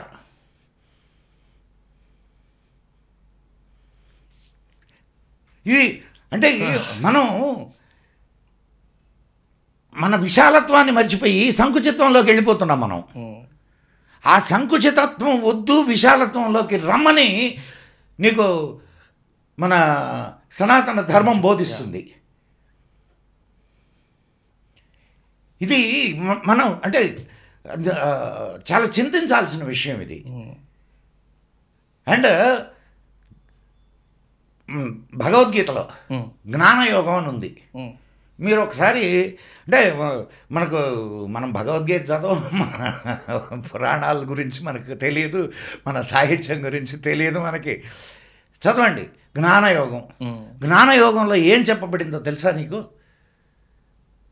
జ్ఞానాన్ని ఎటువంటి ఫామ్లో ఉన్నా స్వీకరించమంటుంది. జ్ఞానమే నీకు మోక్షానికి దారి అని చెప్తుంది. అందులో క్వశ్చన్ ఉంది, అసలు ఆలయాలు ఎందుకు కట్టారు? చూడే, దేవుడు, ఆలయం ఇవన్నీ మనకు అంటే ఒకదానికి ఒకటి సంబంధించిన పదాలు. దేవుడు అంటే ఎవరు అనుకుంటున్నావు నువ్వు? Who is God? Where is God? There is some power. I don't want to take any side, కానీ there is a power which is running complete universe, కానీ ఏమంటారు మానవ జాతిని నడిపిస్తుంది అనుకోవచ్చు. సో పవర్ అంటే నీలో లేదా? ఉంది. ఉందా? Yeah. నాలో లేదా? ఉంది. సో దాన్ని మన వాళ్ళు ఎట్లా చెప్పారంటే ఆత్మవత్ సర్వభూతాని, అన్నీ మొత్తం ఈ విశ్వమంతా నిండి ఉన్నటువంటి శక్తి ఏదైతే ఉందో దాన్ని దేవుడు అన్నారు. దానికి రూపం ఉందా? దానికి లక్షణాలు ఉన్నాయా? స్త్రీ పురుష నపుంసక భేదాలు ఏమన్నా ఉన్నాయా? అంటే man women and third gender ఇట్లాంటివి ఏమైనా ఉన్నాయా? మరి దాన్ని ఆరాధించడానికి నువ్వెందుకు విగ్రహాలను పెట్టుకున్నావు ఇక్కడ? క్వశ్చనా కాదా? మరి ఎందుకు పెట్టుకున్నారు అనేది చెప్తాను నేను. సరే, సర్వం వ్యాపించి ఉన్నటువంటి ఆ శక్తి నువ్వు నీ దగ్గర ఉన్న రాయిలో లేదా? ఉంటుంది. అండ్ నువ్వు ఈ విశ్వాన్ని నీ మనసులో ఊహించి ధ్యానించగలవా? అసలు నీ ఎగ్జిస్టెన్స్ అంతా ఈ భూమి మీద, దాన్ని అట్లా చెప్పడానికి కూడా లేదు. ఎందుకనంటే కొన్ని కోటాను కోట్ల గ్రహాలు, గెలాక్సీలు, పాలపుంతలు, దాంట్లో నీది ఒక గెలాక్సీ. నీ గెలాక్సీలో నువ్వు నీ సూర్య కుటుంబం ఒక పార్ట్. ఆ సూర్య కుటుంబంలో ఉన్న గ్రహాలలో నీ భూమి ఒక గ్రహం. ఆ భూమి మీద నువ్వు ఉన్నావు. కౌంట్లెస్ ఇటీస్, స్పీషీస్ కూడా ఉన్నాయి. ఎస్, వీటిలో ఇదంతా కలిపితే భగవంతుడు. నీకు ఒక చిన్న ఇది చెప్తాను నేను. భగవంతుడు ఈ సృష్టిని చేశాడు. సృష్టిని సృష్టించిన వాడు భగవంతుడు. ఎక్కడున్నాడు? ఎడన్నా 4 చేతులు, 6 కాళ్ళు, 3 తలలు, 4 తలలు, 10 తలలు ఇవి పెట్టుకొని ఎక్కడ ఆయన కూర్చొని ఉన్నాడా? ఆయన ఇది నీ ఊహ. నువ్వు ఈ విశ్వమంతా నిండి ఉన్నటువంటి ఈ శక్తిని ఆరాధించడానికి నీ ఊహకు తగ్గట్టుగా నువ్వు కొన్ని రూపాలని తయారు చేసుకున్నావు. నీ ఈ లక్షణాలన్నిటినీ ఆ రూపానికి ఆపాదించి నువ్వు ప్రార్థిస్తున్నావు. ఇప్పుడు నువ్వు అడిగిన ప్రశ్నకు నేను సమాధానం చెప్పడానికి వస్తాను. ఎందుకు దేవాలయాలు? ఏం చేసినాయి ఈ దేవాలయాలు? దేవాలయాలు ఇట్స్ ఎ కల్చరల్ సెంటర్స్. భారతదేశంలో ఈ కల్చర్ ఇంకా నిలబడి ఉంది అని అంటే బికాస్ ఆఫ్ టెంపుల్స్. అండ్ అదొక్కటే కాదు, భారతదేశంలో దేవాలయాలు నిర్వహించినటువంటి పాత్ర అమోఘం. ఒక సోషల్ యూనిటీని ఇచ్చేసినటువంటి ఇవి ఆలయాలు. అక్కడ ఒక ఆధ్యాత్మికతకు మాత్రమే కేంద్రం కాదు ఆలయం. ఆధ్యాత్మికత అండ్ కల్చర్, ఎడ్యుకేషన్ అండ్ వైద్యం, హెల్త్ రిలేటెడ్గా ఆయుర్వేదిక్ ఇవి అక్కడ జరిగేవి, ట్రీట్మెంట్స్ జరిగేవి. ఇవి ఏవి కాకుండా గ్రామ న్యాయస్థానాలు అవి. ఒకప్పుడు ఆ మండపాల్లో కూర్చొని న్యాయం చెప్పేవాళ్ళు, ధర్మపీఠాలు. అండ్ ఇవి ఏవి కాకుండా ఆర్థిక కేంద్రాలు. ఎట్లా ఆర్థిక కేంద్రాలు అంటే చుట్టుపక్కల ఉన్నటువంటి ఒక గ్రామం ఉంది, ఒక గ్రామంలో ఒక దేవాలయం ఉంది. చుట్టుపక్కల అనేక గ్రామాలు ఉన్నాయి. అనేక గ్రామాల్లో అనేక మంది వృత్తుల ద్వారా తయారైనటువంటి ప్రోడక్ట్స్ ఉంటాయి. అవన్నీ ఇక్కడ మేళాలు జరుగుతాయి. దేవాలయంలో మేళాలు జరుగుతాయి, ఉత్సవాలు జరుగుతాయి. ఆ ఉత్సవాలు జరిగినప్పుడల్లా అన్ని చోట్ల నుంచి వస్తారు. అవునా? ఇప్పుడు ఈ ఉత్పత్తులన్నీ తీసుకొచ్చి అక్కడ అమ్ముకునేవాళ్ళు. ఇప్పటికీ కూడా మార్కెట్ ప్లేస్ లాగా ఇప్పటికీ కూడా ఏదైనా తిరునాళ్ళ అంటారు కదా, తిరునాళ్ళ మేళ నుంచి జాతర, ఇవన్నీ ఏమిటి? ఇవన్నీ నీకు ఒక సంతలు, నీ ఉత్పత్తిని అమ్ముకునేదానికి డిస్ట్రిబ్యూషన్ సెంటర్స్ అయ్యి. ఇది ఒక్కటే కాకుండా ఆలయాన్ని ఆ ఊరికి కింగ్గా భావిస్తారు. ఓకే. ఉదాహరణకు తిరుపతి తీసుకుందాం. తిరుపతి నీకు ఎటువంటి అక్కడ నీకు తెలుసా, రోజు సాయంత్రం అయిపోయిన తర్వాత అంటే ఒక పర్టికులర్ టైంలో మొత్తం అందరూ స్వామి ముందు కూర్చొని ఈరోజు ఇంత ఆదాయం వచ్చింది, ఇంత ఖర్చు అయింది, దీనికింత అని చెప్పి హుండీలో ఎంత వచ్చింది, ఇవన్నీ జమా ఖర్చులు స్వామికి నివేదిస్తారు. రైట్. అవును, చెప్తారంట, అబ్బాయి చెప్తారంట. అంటే ఎవరు? మనం మంత్రాల్లో చెప్పుకుంటాం, రాజాదిరాజాయ ప్రసన్న సాహినే నమో వయం వై శ్రవణాయ కూర్మహే సమే కామాన్ కామాయ మహ్యం కామేశ్వరో వై శ్రవణో దదాతు కుబేరాయ వై శ్రవణాయ మహారాజాయ నమః. చెప్పుకుంటున్నామా లేదా? మరి ఏంటి ఈ మంత్రానికి అర్థమైంది? ఓ మహారాజా, he is the king of that area, that గ్రామం, దట్ విలేజ్. సో ఒక దేవుడు ఒక రాజ్యానికి కింగ్ అయితే అక్కడ బ్రతికేటటువంటి వాళ్ళు ఇటువంటి జీవన శైలిని అనుసరిస్తారు. తప్పులు చేయకుండా బతకరా? దేవుడికి అనుగుణంగా బతకాలన్నా నువ్వు don't think that today's we should explore. So నా దేశానికి రాజు పలానా దేవుడు, నేనేం చేసినా ఆయన చూస్తుంటాడు అనే దైవ భీతి ఉంటుందా ఉండదా ప్రజల్లో? సో ప్రజలు న్యాయ మార్గంలో నడవడానికి అవకాశం ఉన్నదా లేదా? ఈ కల్చర్లంతా మనం పోగొట్టుకున్నామా లేదా?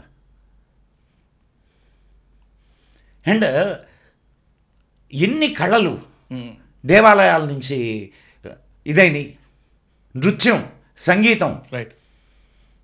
ఇప్పుడు నీ సాహిత్యాన్ని మొత్తాన్ని తీసుకుంటే అన్ని దేవుడి గురించినటువంటి కీర్తనలు, శ్లోకాలు, పాటలు, పద్యాలు ఇవన్నీ, అవునా? అండ్ డ్యాన్సెస్, కూచిపూడి, భరతనాట్యం, ఇవన్నీ ఎక్కడి నుంచి వచ్చినాయి? అన్నీ దేవుడికి నివేదనగా చేస్తారయ్యి. షోడశోపచార పూజ ప్రతి ఫామ్ నుంచి ఉంటుంది కదా. షోడశోపచార పూజ అని చేస్తారు దేవుడికి. నువ్వు ఎప్పుడైనా దేవుడికి పూజ చేస్తే 16 రకాల పూజలు చేస్తారు. ఓకే. వేదం నివేదయామి, నృత్యం ధారయామి, దీపం దర్శయామి. ఇవన్నీ ఏంటనుకుంటున్నావు? సంగీతం అవధారయ అంటే దిస్ ఆర్ ఆల్ గజాన్ ఆరోహయామి. ఇవన్నీ మంత్రాల్లో మనం వింటున్నామా? ఇవన్నీ రియల్గా జరిగాయి. నువ్వు గుళ్ళో పూజ చేస్తే నృత్యం అవధారయామి అనగానే నృత్యం స్టార్ట్ ఉండేది. సంగీతం అంటే నృత్యం, సంగీతం. ఎప్పుడైనా ఒక్కటి గుర్తుపెట్టుకో, ఇటువంటి సాహిత్యం కానీ, ఇటువంటి సంగీతం కానీ, ఇటువంటి కల్చర్ కానీ ఒకటి ఇవాల్యుయేట్ అయింది అని అంటే దాని వెనక చాలా ప్రశాంతమైనటువంటి జీవనం ఉండాల. ఓకే. నువ్వు ప్రశాంతంగా లేవనుకో, నీకు ఈ కదా. సో ఆ ప్రశాంతత ఆనాటి జీవన విధానంలో ఉండేది. ఒక ఆర్టిస్ట్ తయారు కావాలనంటే ఒక చెడిపోయిన సమాజంలో నుంచి ఒక ఆర్టిస్ట్ తయారు కాడు.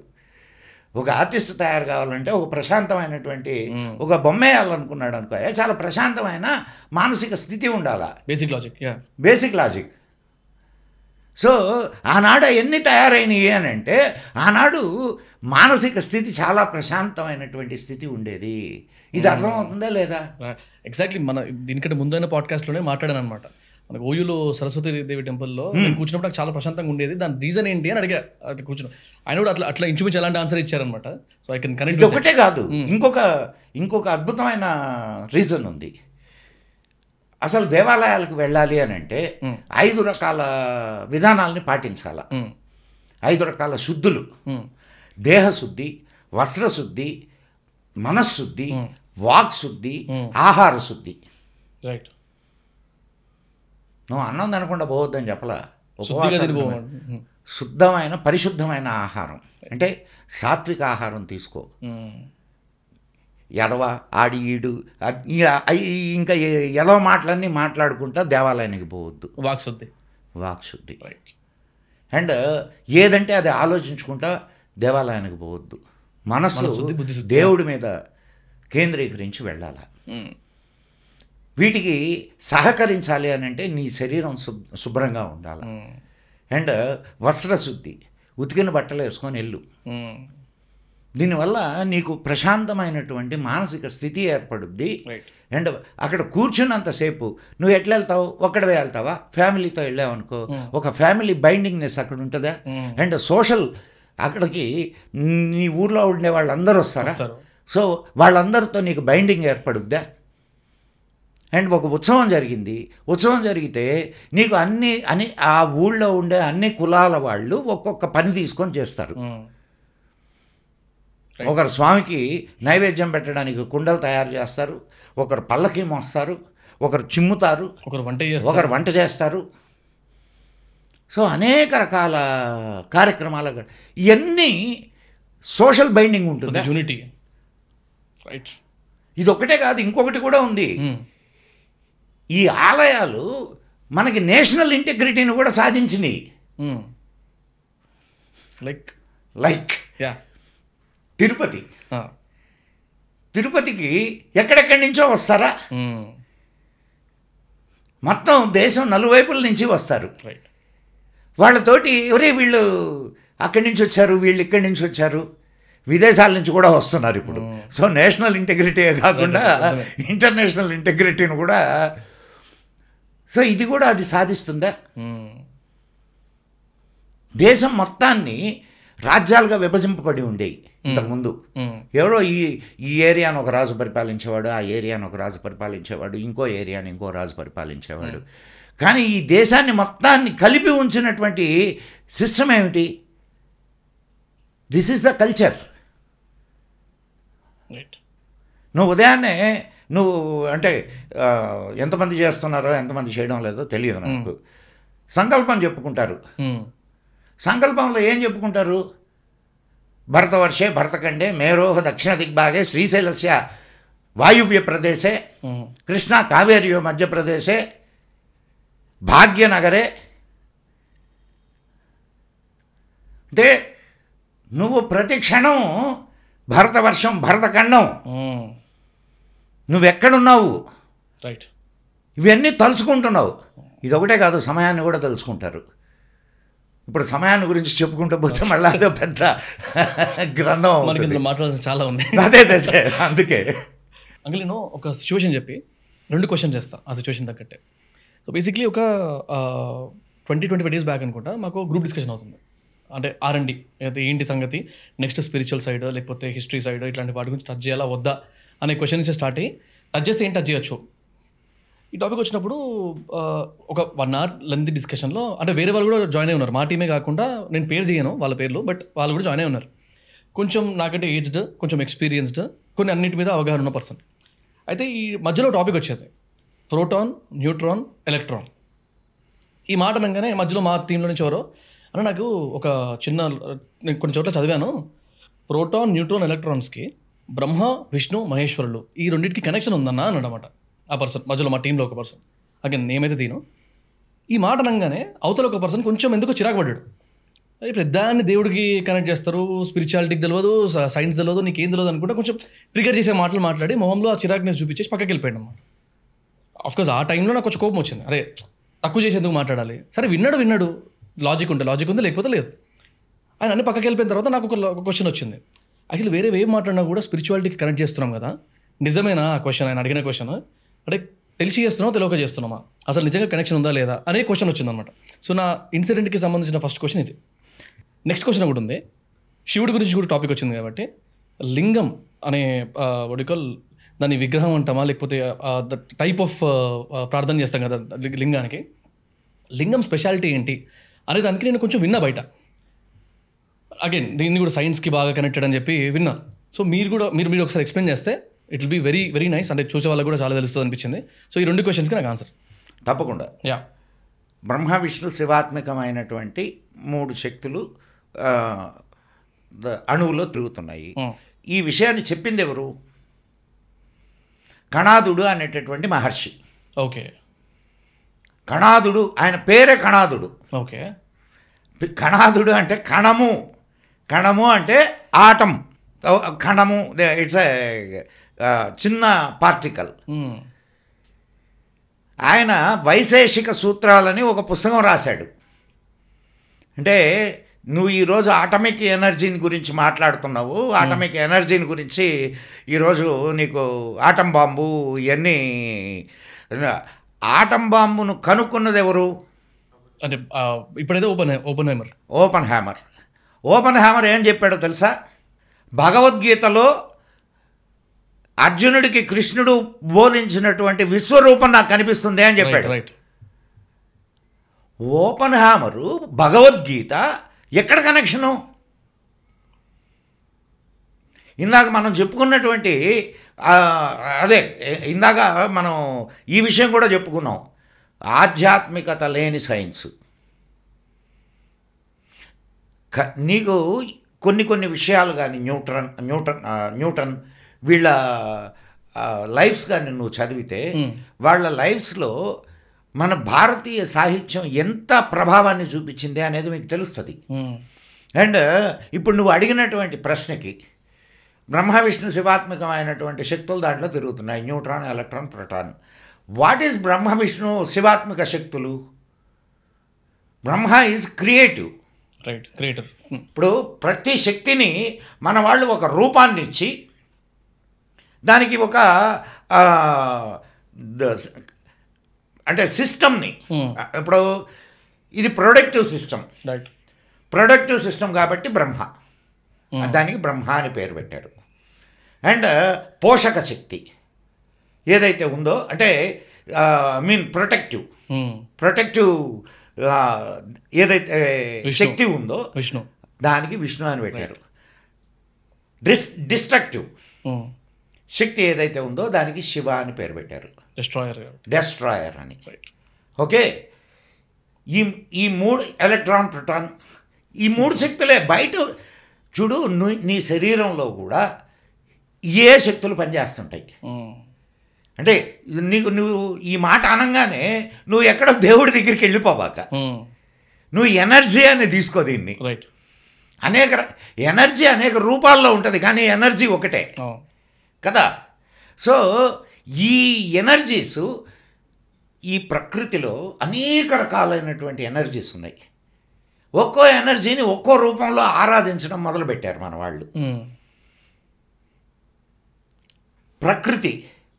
ప్రకృతిని స్త్రీ రూపంలో ఆరాధిస్తున్నారు. నువ్వు ఇందాక ఇంకొక ప్రశ్న వేశావు, శివలింగానికి ఏమన్నా, నువ్వు శివుడు దేనికి సంబంధించినటువంటి వాడు చెప్పు నాకు. ఇందాక అనుకున్నావు, ఇప్పుడే కదా అనుకున్నావు, డెస్ట్రాయర్. నువ్వు అటామిక్ రియాక్టర్స్ ఎప్పుడైనా చూసావా? అటామిక్ రియాక్టర్ షేప్ ఎప్పుడైనా గమనించావా? అటామిక్ రియాక్టర్ షేపు శివలింగం షేప్లో ఉంటుంది. శివలింగం షేప్లోనే ఎందుకు ఉండాలా? ఇంకో షేప్లో ఎందుకు ఉండకూడదు? బికాస్ డెస్ట్రాయర్, అటామిక్ ఎనర్జీ అక్కడ డిస్ట్రక్టివ్ ఎనర్జీ. సో శక్తికి నీకు ఇంకొక విషయం చెప్తాను నేను. మన దైవకణం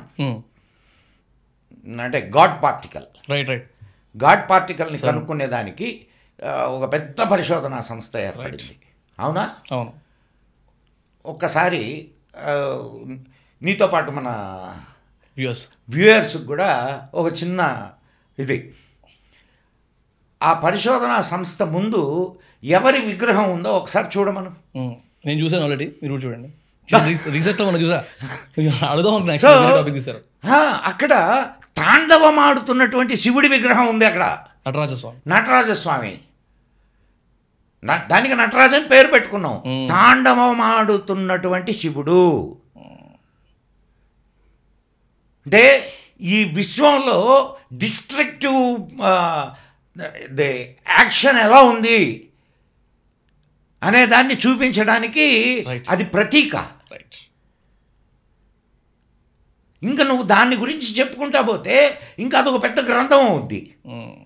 దాని మీద రాసున్నారు మన వాళ్ళు. అండ్ ఇంకొక చిన్న విషయం చెప్తా, అంటే మనం చాలా పెద్ద విషయాల్ని చాలా సూక్ష్మంగా నీకు తెలియజేయడానికి మన ఋషులు, మన మునులు, వీళ్ళందరూ, అంటే సైంటిస్టులు అనుకున్నాం కదా, వీళ్ళందరూ ఒక అద్భుతమైనటువంటి విషయాన్ని అంటే ప్రతీకగా తీసుకున్నారు. ఈరోజు ఉన్నటువంటి కమ్యూనికేటివ్ సిస్టమ్ ఆ రోజు లేకపోవచ్చు. నీకు ఆ రోజు మరి ఇవన్నీ ఎట్లా కమ్యూనికేట్ అయ్యాయి?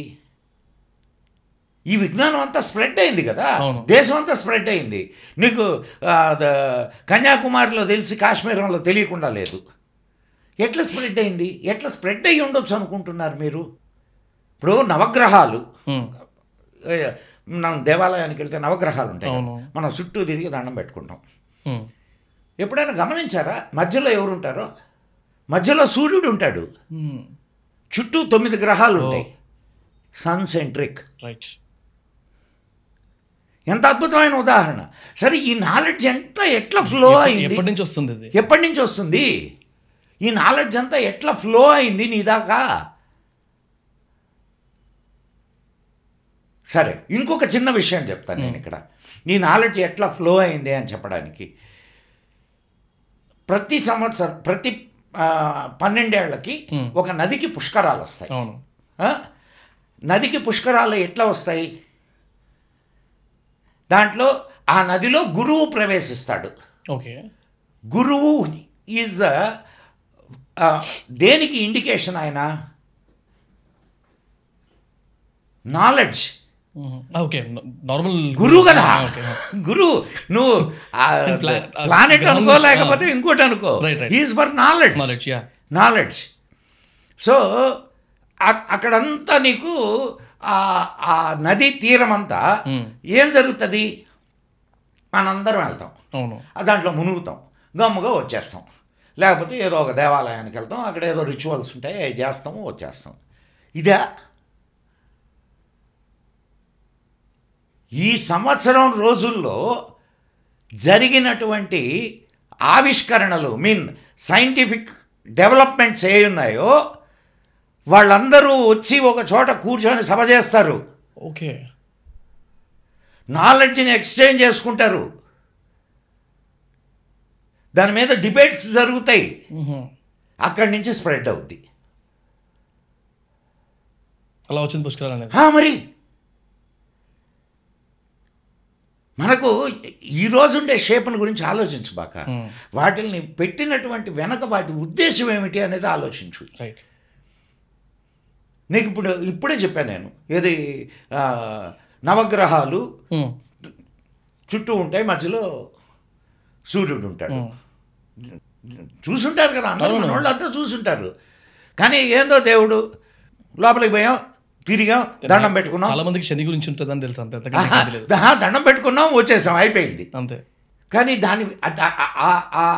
ఇట్లనే ఉంటారు, చుట్టూ సూర్యుడు చుట్టూ ఉంటాయి ఈ గ్రహాలు అని చెప్పడానికి మనకు అది ప్రతీక. 7 గ్రహాలు, 2 ఖండన రేఖలు, రాహువు, కేతువు సింబాలిక్గా ఇచ్చారు మనకి. కానీ మనం వాటిని చూడం, చెప్పారు, మనం పోయి దండం పెట్టుకోవాలా. శని ఆయనకు తైలం పోసి కాస్త ఇంతే. దాని వెనక ఉన్నటువంటి సైన్స్ ఏమిటి, వాళ్ళు ఆ విగ్రహాల ద్వారా మనకి ఏం చెప్పదలుచుకున్నారు ఎప్పుడైనా ఆలోచించామా? మన రిచువల్స్ వెనుక అద్భుతమైనటువంటి సైన్స్ దాగున్నది.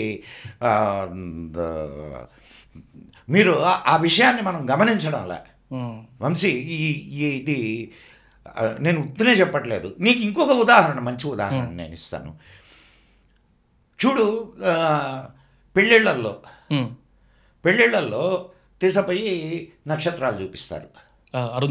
అరుంధతి నక్షత్రం. నీకు పెళ్ళైందా? కాలేదు కదా, తెలుసు కదా.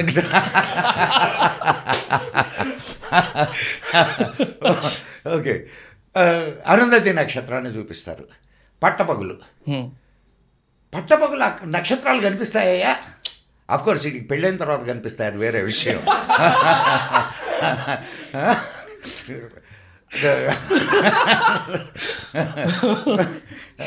That was personal.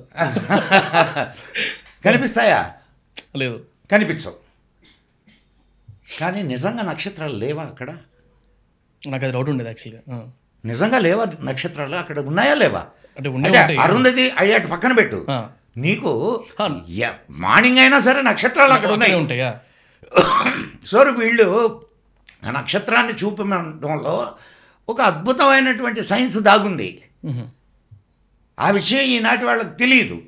ఓకే, ఏమిటే ఆ సైన్సు అంటే అరుంధతి వశిష్ఠ 2 నక్షత్రాలు అయ్యారు, ఒకటి కాదు. అరుంధతి నక్షత్రం అరుంధతి దేవిని పతివ్రతగా చెప్తారు. Okay okay.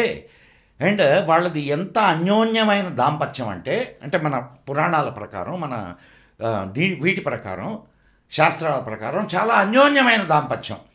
అందుకని ఒకదానికి అరుంధతి, ఒకదానికి వశిష్ఠ అని పేరు పెట్టారు. Okay okay. ఈ క్యారెక్టర్స్ పేరు నక్షత్రాలకు పెట్టారు. ఎందుకు పెట్టారు అంటే ఇప్పుడు మనం సూర్యుడు ఉన్నాడు, సూర్యుడు చుట్టూ గ్రహాలు తిరుగుతున్నాయి.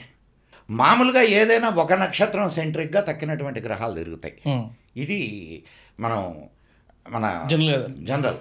కానీ ఈ 2 నక్షత్రాల ప్రత్యేకత ఏంటంటే ఒక నక్షత్రం చుట్టూ ఇంకో నక్షత్రం తిరుగుద్ది ఇలా. ఈ విషయాన్ని నీకు చెబుతూ నీ భార్యాభర్తలు కూడా ఇలా ఎప్పుడు ఒకరి చుట్టూ ఒకరు తిరుగుతూ ఉండాలి అనే ఒక మంచి సందేశాన్ని నీకు ఇచ్చారు. అందుకు చూపిస్తారు. అదే అందుకు చూపించడం ఒకటే కాకుండా ఆ సైంటిఫిక్ విషయాన్ని నీకు చెప్పారు. రే ఇక్కడ అరుంధతి ఫస్ట్ ఆఫ్ ఆల్ వాళ్ళకి నీకు ఎన్ని వేల సంవత్సరాల క్రితం ఈ రిచువల్ ఏర్పడింది. అదే వాళ్ళకి తెలిసి ఉంటుంది అక్కడ తిరుగుతున్నాయి అంటే నీకేనా సైన్స్ ఉందా? ఆ రోజు సైన్స్ లేదా? అంటే ఆ రోజు సైన్స్ ఉంది అని చెప్పి ఇది నిరూపించడంలా. సరే ఇంకొక మాట చెప్తాను, ఇంకొక చిన్న ఇది. మనం జ్యేష్ఠ నక్షత్రం అని పిలుచుకుంటాం. జ్యేష్ఠ నక్షత్రం, జ్యేష్ఠ అంటే ఏంటి? పెద్ద నక్షత్రం, అతి పెద్ద నక్షత్రం కాబట్టి దానికి జ్యేష్ఠ నక్షత్రం అని పేరు పెట్టారు. పెద్దదని తెలిసింది మనకి, పెద్దదని తెలిసింది. అటు నక్షత్రం ఒకటి ఉందని తెలిసింది. ఇట్లా ఖగోళ విశేషాలు ఎన్నున్నాయి. సూర్యుడికి మనకు ఎంత దూరం ఉందో మన వాళ్ళు చెప్పారు.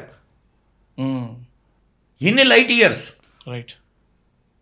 ఒక గుడిలో కూడా ఉంది కదా, అది రాసి పెట్టుంటుంది. మన హనుమాన్ చాలీసాలో ఉంది. సో ఇన్ని నీకు అనేక రకాలుగా నిన్ను ఎడ్యుకేట్ చేయడానికి అనేక మార్గాలను ఎన్నుకున్నారు. ఆనాడు ఇంత కమ్యూనికేటివ్ సిస్టమ్ లేదు కాబట్టి వాళ్ళు గుళ్ళలో ఎందుకయ్యా ఎక్కడికో పోతున్నావా నువ్వు?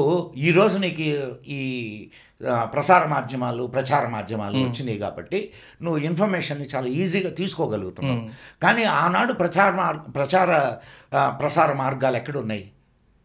సెక్స్ను కూడా హౌ టు టీచ్ అనేది దేవాలయాల ద్వారా చెప్పారు. నువ్వు దేవాలయాల మీద బూతు బొమ్మలు ఎందుకు? అది సృష్టి కార్యం. సృష్టి యజ్ఞం చేస్తున్నారు తల్లి తండ్రి. అండ్ సెక్స్లో ద హయ్యెస్ట్ దీన్ని ఎట్లా తీసుకోవాలా అనేది అనేక రకాలుగా నీకు చెప్పడానికి ప్రయత్నం చేశారు. ఇప్పుడు నీకు ఈనాటికి కూడా నీకు కనిపిస్తున్నాయా? ఎడ్యుకేషన్ ఇస్తున్నాయా? ప్రతి దానికి ఒక సింబాలిక్ వ్యూతోనే వీటిలన్నిటినీ సృష్టించారు వంశీ. మన పురాణాలు అనేక రకాలుగా చెప్పుంటాయి, కానీ వీటిల్లో వెనుక ఉన్నటువంటి ఈ విషయాలని కానీ మనం వెతుక్కుంటూ పోతే ఎన్నో విషయాలు, ఇట్లాంటి విషయాలు మనకు వెలుగు చూస్తాయి. మనం మొట్టమొదటి ఆధ్యాత్మికత లేదు అని చెప్పను. ఆధ్యాత్మికత సైన్స్ వేరు కాదు. నీకు ఇంకొక చిన్న ఉదాహరణ చెప్తాను. శ్రీచక్రాన్ని చూసావు కదా? శ్రీచక్రం మేరువు అంటారు. మేరువు దేనికి చిహ్నం? అది ఎనర్జీ ట్రాన్స్మిషన్కి చిహ్నం. ఓకే. మామూలుగా ఎనర్జీకి చిహ్నం, అది శ్రీచక్రం, అది శక్తి ట్రాన్స్మిటరు. రైట్. నువ్వు ఇంకొక చిన్న ఇక్కడ నీకు ఒక అంటే నిజమా కాదా అనేది అటు ప్రక్కన పెడితే ఒక చిన్న పోలిక చెప్తాను నేను. రైట్. గేర్స్ ఉన్నాయి కదా, మన బైక్ గేర్స్, బైక్ గేర్ కానివ్వండి, నువ్వు ఏ గేర్స్ అయినా, గేర్స్ పెద్ద గేరు చిన్న గేరు ఇట్లా వరుసగా ఉంటాయి కదా. గేర్స్ని ఒకదాని మీద ఒకటి పెట్టు, నీకు ఏ షేప్లో కనిపిస్తుంది? శ్రీచక్రం. గేర్స్ దేనికి పనికి వస్తాయి? Okay, pushing, energy transmission. ఎంత గొప్ప విశేషం అంటావు ఇది. ఎప్పుడైనా ఆలోచించారా ఇట్లా దీని గురించి? మనం సినిమాల్లో చూస్తుంటాం, ఆయన ఋషి గారి కోపం వస్తుంది, ఆయన కమండలంలో నీళ్ళు ఇట్లా పోసి ఓం భీం భీం భీం బస్సని అని చెప్పి కొడతాడు. కొట్టంగానే ఏదో శాపం. ఇది మనకు పురాణాల్లో కనిపిస్తాయి, మనకు చాలా చోట్ల మనకు ఈ శాపాల గురించి ఇవి కనిపిస్తాయి. నిజమా ఇది? అదే అప్పట్లో అయ్యిందని అంటారు కదా. ఏం చూసావా నువ్వు? నేను చూడలేదు. ఎట్లా జరుగుద్ది ఇది? ఒకవేళ జరిగితే అంటే వాటర్కి అర్థం కావాలి కదా, మీరు ఏం చెప్తున్నారని. వాటర్కి అర్థం కావాలా, అవతలకి కూడా అర్థం కావాలిగా. ఈ మధ్యకాలంలో ఇమోటో అనేటటువంటి ఒక సైంటిస్టు, మీరు గూగుల్లో చూసుకోవచ్చు, you can search in the Google. నేను మీకు ఏది ఎవిడెన్స్ లేని వీటిల్ని ఇవ్వడంలే, అన్నిటికీ ఖచ్చితమైన ఎవిడెన్స్లు ఉన్నాయి. Okay, Emoto research on water. Okay, చూడండి, ఆయన ఒక రీసెర్చ్ చేశాడు. 2 గ్లాసుల్లో వాటర్ని తీసుకున్నాడు. ఒక గ్లాస్ ఇక్కడ, ఒక గ్లాస్ ఇక్కడ పెట్టి, ఈ గ్లాస్ దగ్గరికి వచ్చినప్పుడు అంతా తిట్టేవాడు, ఈ గ్లాస్ దగ్గరికి వెళ్ళేటప్పుడు బాగా పొగిడేవాడు. ఈ గ్లాస్లో వాటర్ చాలా బాగుంది, ఈ గ్లాస్లో వాటర్ చెడిపోయింది. So what it means, it's proved that water can understand your, water has the memory power. Right. అందుకే మన వాళ్ళు ఏం చేస్తారు, మనం ఉదయాన్నే సంకల్పం చెప్పుకునేటప్పుడు కేశవాయ స్వాహ, నారాయణాయ స్వాహ, మాధవాయ స్వాహ, గోవింద, విష్ణు, మధుసూదన చెప్పుకోవడంలా. అంటే వాటర్ని తీసుకునేటప్పుడు నువ్వు ఒక మంత్రాన్ని చెప్పి తీసుకుంటున్నావు.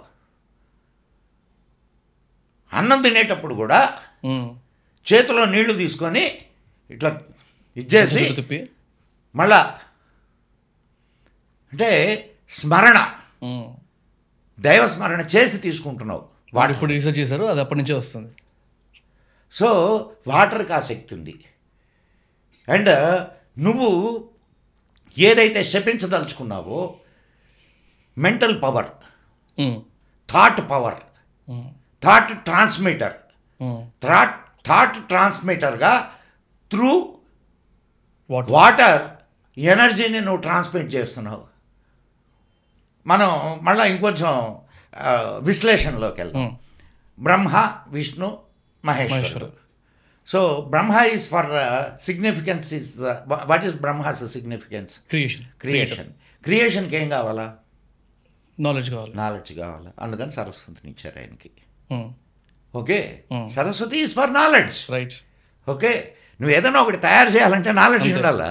సో బ్రహ్మకి సరస్వతి నాలెడ్జ్ గివర్. ఓకే, నిన్ను ప్రొటెక్ట్ చేయాలా, పోషణ. రైట్. ఏం కావాలా నీకు?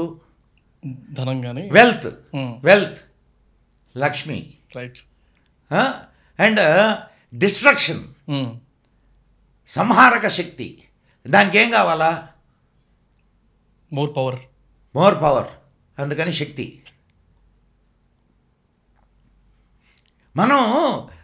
మనం ఏం ఆలోచిస్తుంటాం అంటే మనం లక్ష్మీ స్తోత్రం చేస్తాం, విష్ణు స్తోత్రం చేస్తాం.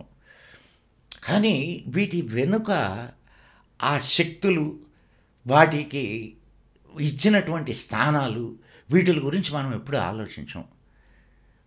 మన భారతీయ విజ్ఞానం అంతా కూడా చాలా సైంటిఫిక్ మెథడాలజీతో ఇవ్వబడింది. ప్రతిదీ నీకు ఒక రూపాన్ని ఇచ్చారనంటే దాని వెనుక ఒక సైంటిఫిక్ రీజన్ ఉంటుంది. రైట్. ఇంకా కొద్దిసేపు సైన్స్, స్పిరిచువాలిటీ ఇవన్నీ పక్కకు పెట్టేసి, దైవం అన్ని పక్కకు పెట్టేసి, చిన్న హిస్టరీకి సంబంధించింది. నేను రీసెంట్గా I was reading something about హిస్టరీలో ఏమైంది, ఎట్లాంటి వాళ్ళు ఎవరెవరు ఇట్లాంటి పనులు చేశారని చూస్తున్నప్పుడు దాని పట్ల విశ్వనాథ శాస్త్రి గారు అని ఒక పేరు విన్నా. ఆయన్ని హిట్లర్ అక్కడి నుంచి వచ్చి తీసుకెళ్ళిపోయి అక్కడ మనతో ఏం పని చేయించాడు అనేది ఒక స్టోరీ చదివారు. మేబీ మీరు ఒకసారి ఎక్స్ప్లెయిన్ చేస్తే బాగుంటుంది. అది జర్మనీకి తీసుకెళ్ళాడు హిట్లర్. ఎందుకు తీసుకెళ్ళాడు అసలు? ఎందుకు తీసుకెళ్ళాడు అనుకుంటున్నావు? ఊరికనే సరదాగా తీసుకెళ్ళాడా? వేదాలలో సైన్స్ ఉందనే కదా. ఆయన వేద పండితుడు. ఓకే, శాస్త్రి గారు వేద పండితుడు. ఈ రోజు కూడా అక్కడ యూనివర్సిటీలో ఆయన ఫోటో ఉంది. నువ్వు పేరు చెప్పావు కదా, రైట్. ఆ పేరు కొడితే ఆయన ఫోటో, ఆయన చరిత్ర అంతా వస్తుంది. అనేక వెపనరీస్ తయారు చేశారు ఆయన ఉపయోగించుకొని. అందుకనే వేదాల్లో రీసెర్చ్ చేయడానికి తీసుకెళ్లారు ఆయన్ని. కానీ ఇంకా ఆయన కంటే అద్భుతమైనటువంటి వేద పండితులు ఇక్కడ ఉన్నారు. మనం ఏమాత్రం ఉపయోగించుకున్నాం? నంబినారాయణన్ తెలుసు కదా. దేనికి ఆయన మీద, ఆయన క్రయోజనిక్ ఇంజన్ మీద పనిచేశాడు. హెవీ శాటిలైట్స్ని అంతరిక్షంలోకి తీసుకెళ్ళడానికి క్రయోజనిక్ ఇంజన్ని డిజైన్ చేస్తున్నాడు. ఆయన ఏం చేసామయ్యా మనమా? ఎవరయ్యా పనిచేసింది? ఒక అద్భుతమైన సైంటిస్ట్ని నువ్వు దొంగ కేసులు పెట్టి, మొన్న ఈ మధ్యనే ఆయన మీద అత్యాచారాలు చేసినటువంటి పోలీస్ ఇన్స్పెక్టర్స్ని వాళ్ళని అరెస్ట్ చేశారు సిబిఐ. ఇంకా ఎట్లా తయారవుద్ది ఈ దేశంలో సైన్స్? ఎట్లా డెవలప్ అవుద్ది? నీ సైంటిస్టులని నువ్వు మన లాల్ బహదూర్ శాస్త్రి దగ్గర నుంచి తీసుకుంటే ఈ రోజు వరకు ఎంతమంది సైంటిస్టులు చనిపోయారో తెలుసా నీకు? చంపబడ్డారో, చనిపోయారో కాదు. ఏదేమైనా మనం గొప్ప టెక్నాలజీకి, సైన్స్కి వారసులం. ఈ విషయంలో మన యువత ఖచ్చితంగా పనిచేయాలి. బోలెడు విషయాలు, అన్నోన్ సిస్టమ్స్ మనకి వెలుగులోకి వస్తాయి. అంగల్ ఇంకో డౌట్, మన వేదాల్లో పుష్పక విమానం గురించి ఎంతవరకు నిజం, ఆర్ ఉంటే ఎలా ఉంది? ఇప్పుడు దేనికైనా ఎవిడెన్స్ ఉండాలిగా. అవును. పుష్పకం అనేది ఒక పేరు. విమానాలు ఉన్నాయా? ఉన్ని. ఎట్లా? దానికి ఏంది ఎవిడెన్స్? ఏంది? మనకు వైమానిక శాస్త్రం అని చెప్పి ఒకటి ఉంది, భారద్వాజుడు రాసింది. నీకు ఇంకొక చిన్న ఇది, భారద్వాజుడు యంత్ర సర్వస్వాన్ని రాశాడు. యంత్ర సర్వస్వాన్ని రాశాడు. నేను చెప్పడం కాదు, నీకు గూగుల్లో కొడితే తెలుస్తుంది. యంత్ర సర్వస్వంలో 140 అధ్యాయాలు ఉన్నాయి. అంటే డిఫరెంట్ యంత్రాలు. దాంట్లో వైమానిక శాస్త్రం 40వ అధ్యాయం. It is one part. Okay. దాంట్లో 3400 విమానాల గురించి చెప్పాడు ఆయన. సరే, చెప్తే అయిపోయిందా? నేను కూడా చెప్తా. చాలా బ్రిటిషర్స్ టైంలో 1898లో శివకర్ బాపూజీ తల్పడే అనే, నువ్వు ఏది కావాలొస్తున్నా నువ్వు యు గో టు గూగుల్ తల్లి. అండ్ శివకర్ బాపూజీ తల్పడే బాంబే జుహూ బీచ్లో కొంతమంది ఆంగ్లేయ అధికారుల సమక్షంలో విమానాన్ని ఎగురవేశాడు. ఆ తర్వాత 5 సంవత్సరాల తరువాత 1903లో రైట్ సోదరులు విమానాన్ని ఎగరేశారు. దానికి 5 సంవత్సరాల ముందు మనోళ్ళు, దిస్ ఈజ్ ఎవిడెంటికల్. ఎవిడెన్స్ లేకుండా చెప్పట్లేదు. శివకర్ బాపూజీ తల్పడే, నువ్వు ఆయన పేరు కొట్టండి, చెట్టు మీద నుంచి యాపిల్ పండు కింద పడింది, భూమికి ఆకర్షణ శక్తి ఉంది. ఎవరయ్యా కనుక్కుంది? న్యూటన్. సరే, దీనికి సంబంధించిన ఎవిడెన్సెస్ ఒక 100 ఎవిడెన్సెస్ ఇస్తా నేను. ఇది మన స్క్రిప్చర్స్ నుంచి కొన్ని వేల సంవత్సరాల క్రితం ఈ ఎవిడెన్సెస్ సంస్కృతంలో కొటేషన్స్తో సహా, ఇది శ్లోకాలతో సహా, దాని అర్థాలతో సహా ఇస్తా నీకు. సరే, ఇంకొక సంగతి, ఇంకొక చిన్న విషయం. భూమి గుండ్రంగా ఉంది. భూమి గుండ్రంగా ఉందా? బలపరుపుకుందా? ఎట్ట తెలుసు నీకు? ఎట్ట తెలిసింది?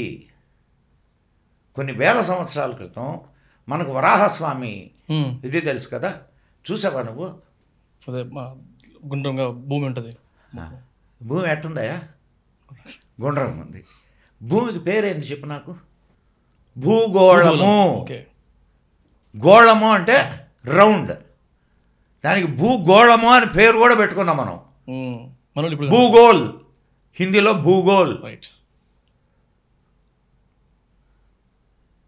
ఇట్లా. కానీ మనకేం తెలియదు. మనం ఈ ప్రపంచానికి 0 మాత్రమే ఇచ్చాం. అది వ్యంగ్యంగా చెప్పుకుంటాం. 0 లేకుండా కెన్ యూ క్యాలిక్యులేట్?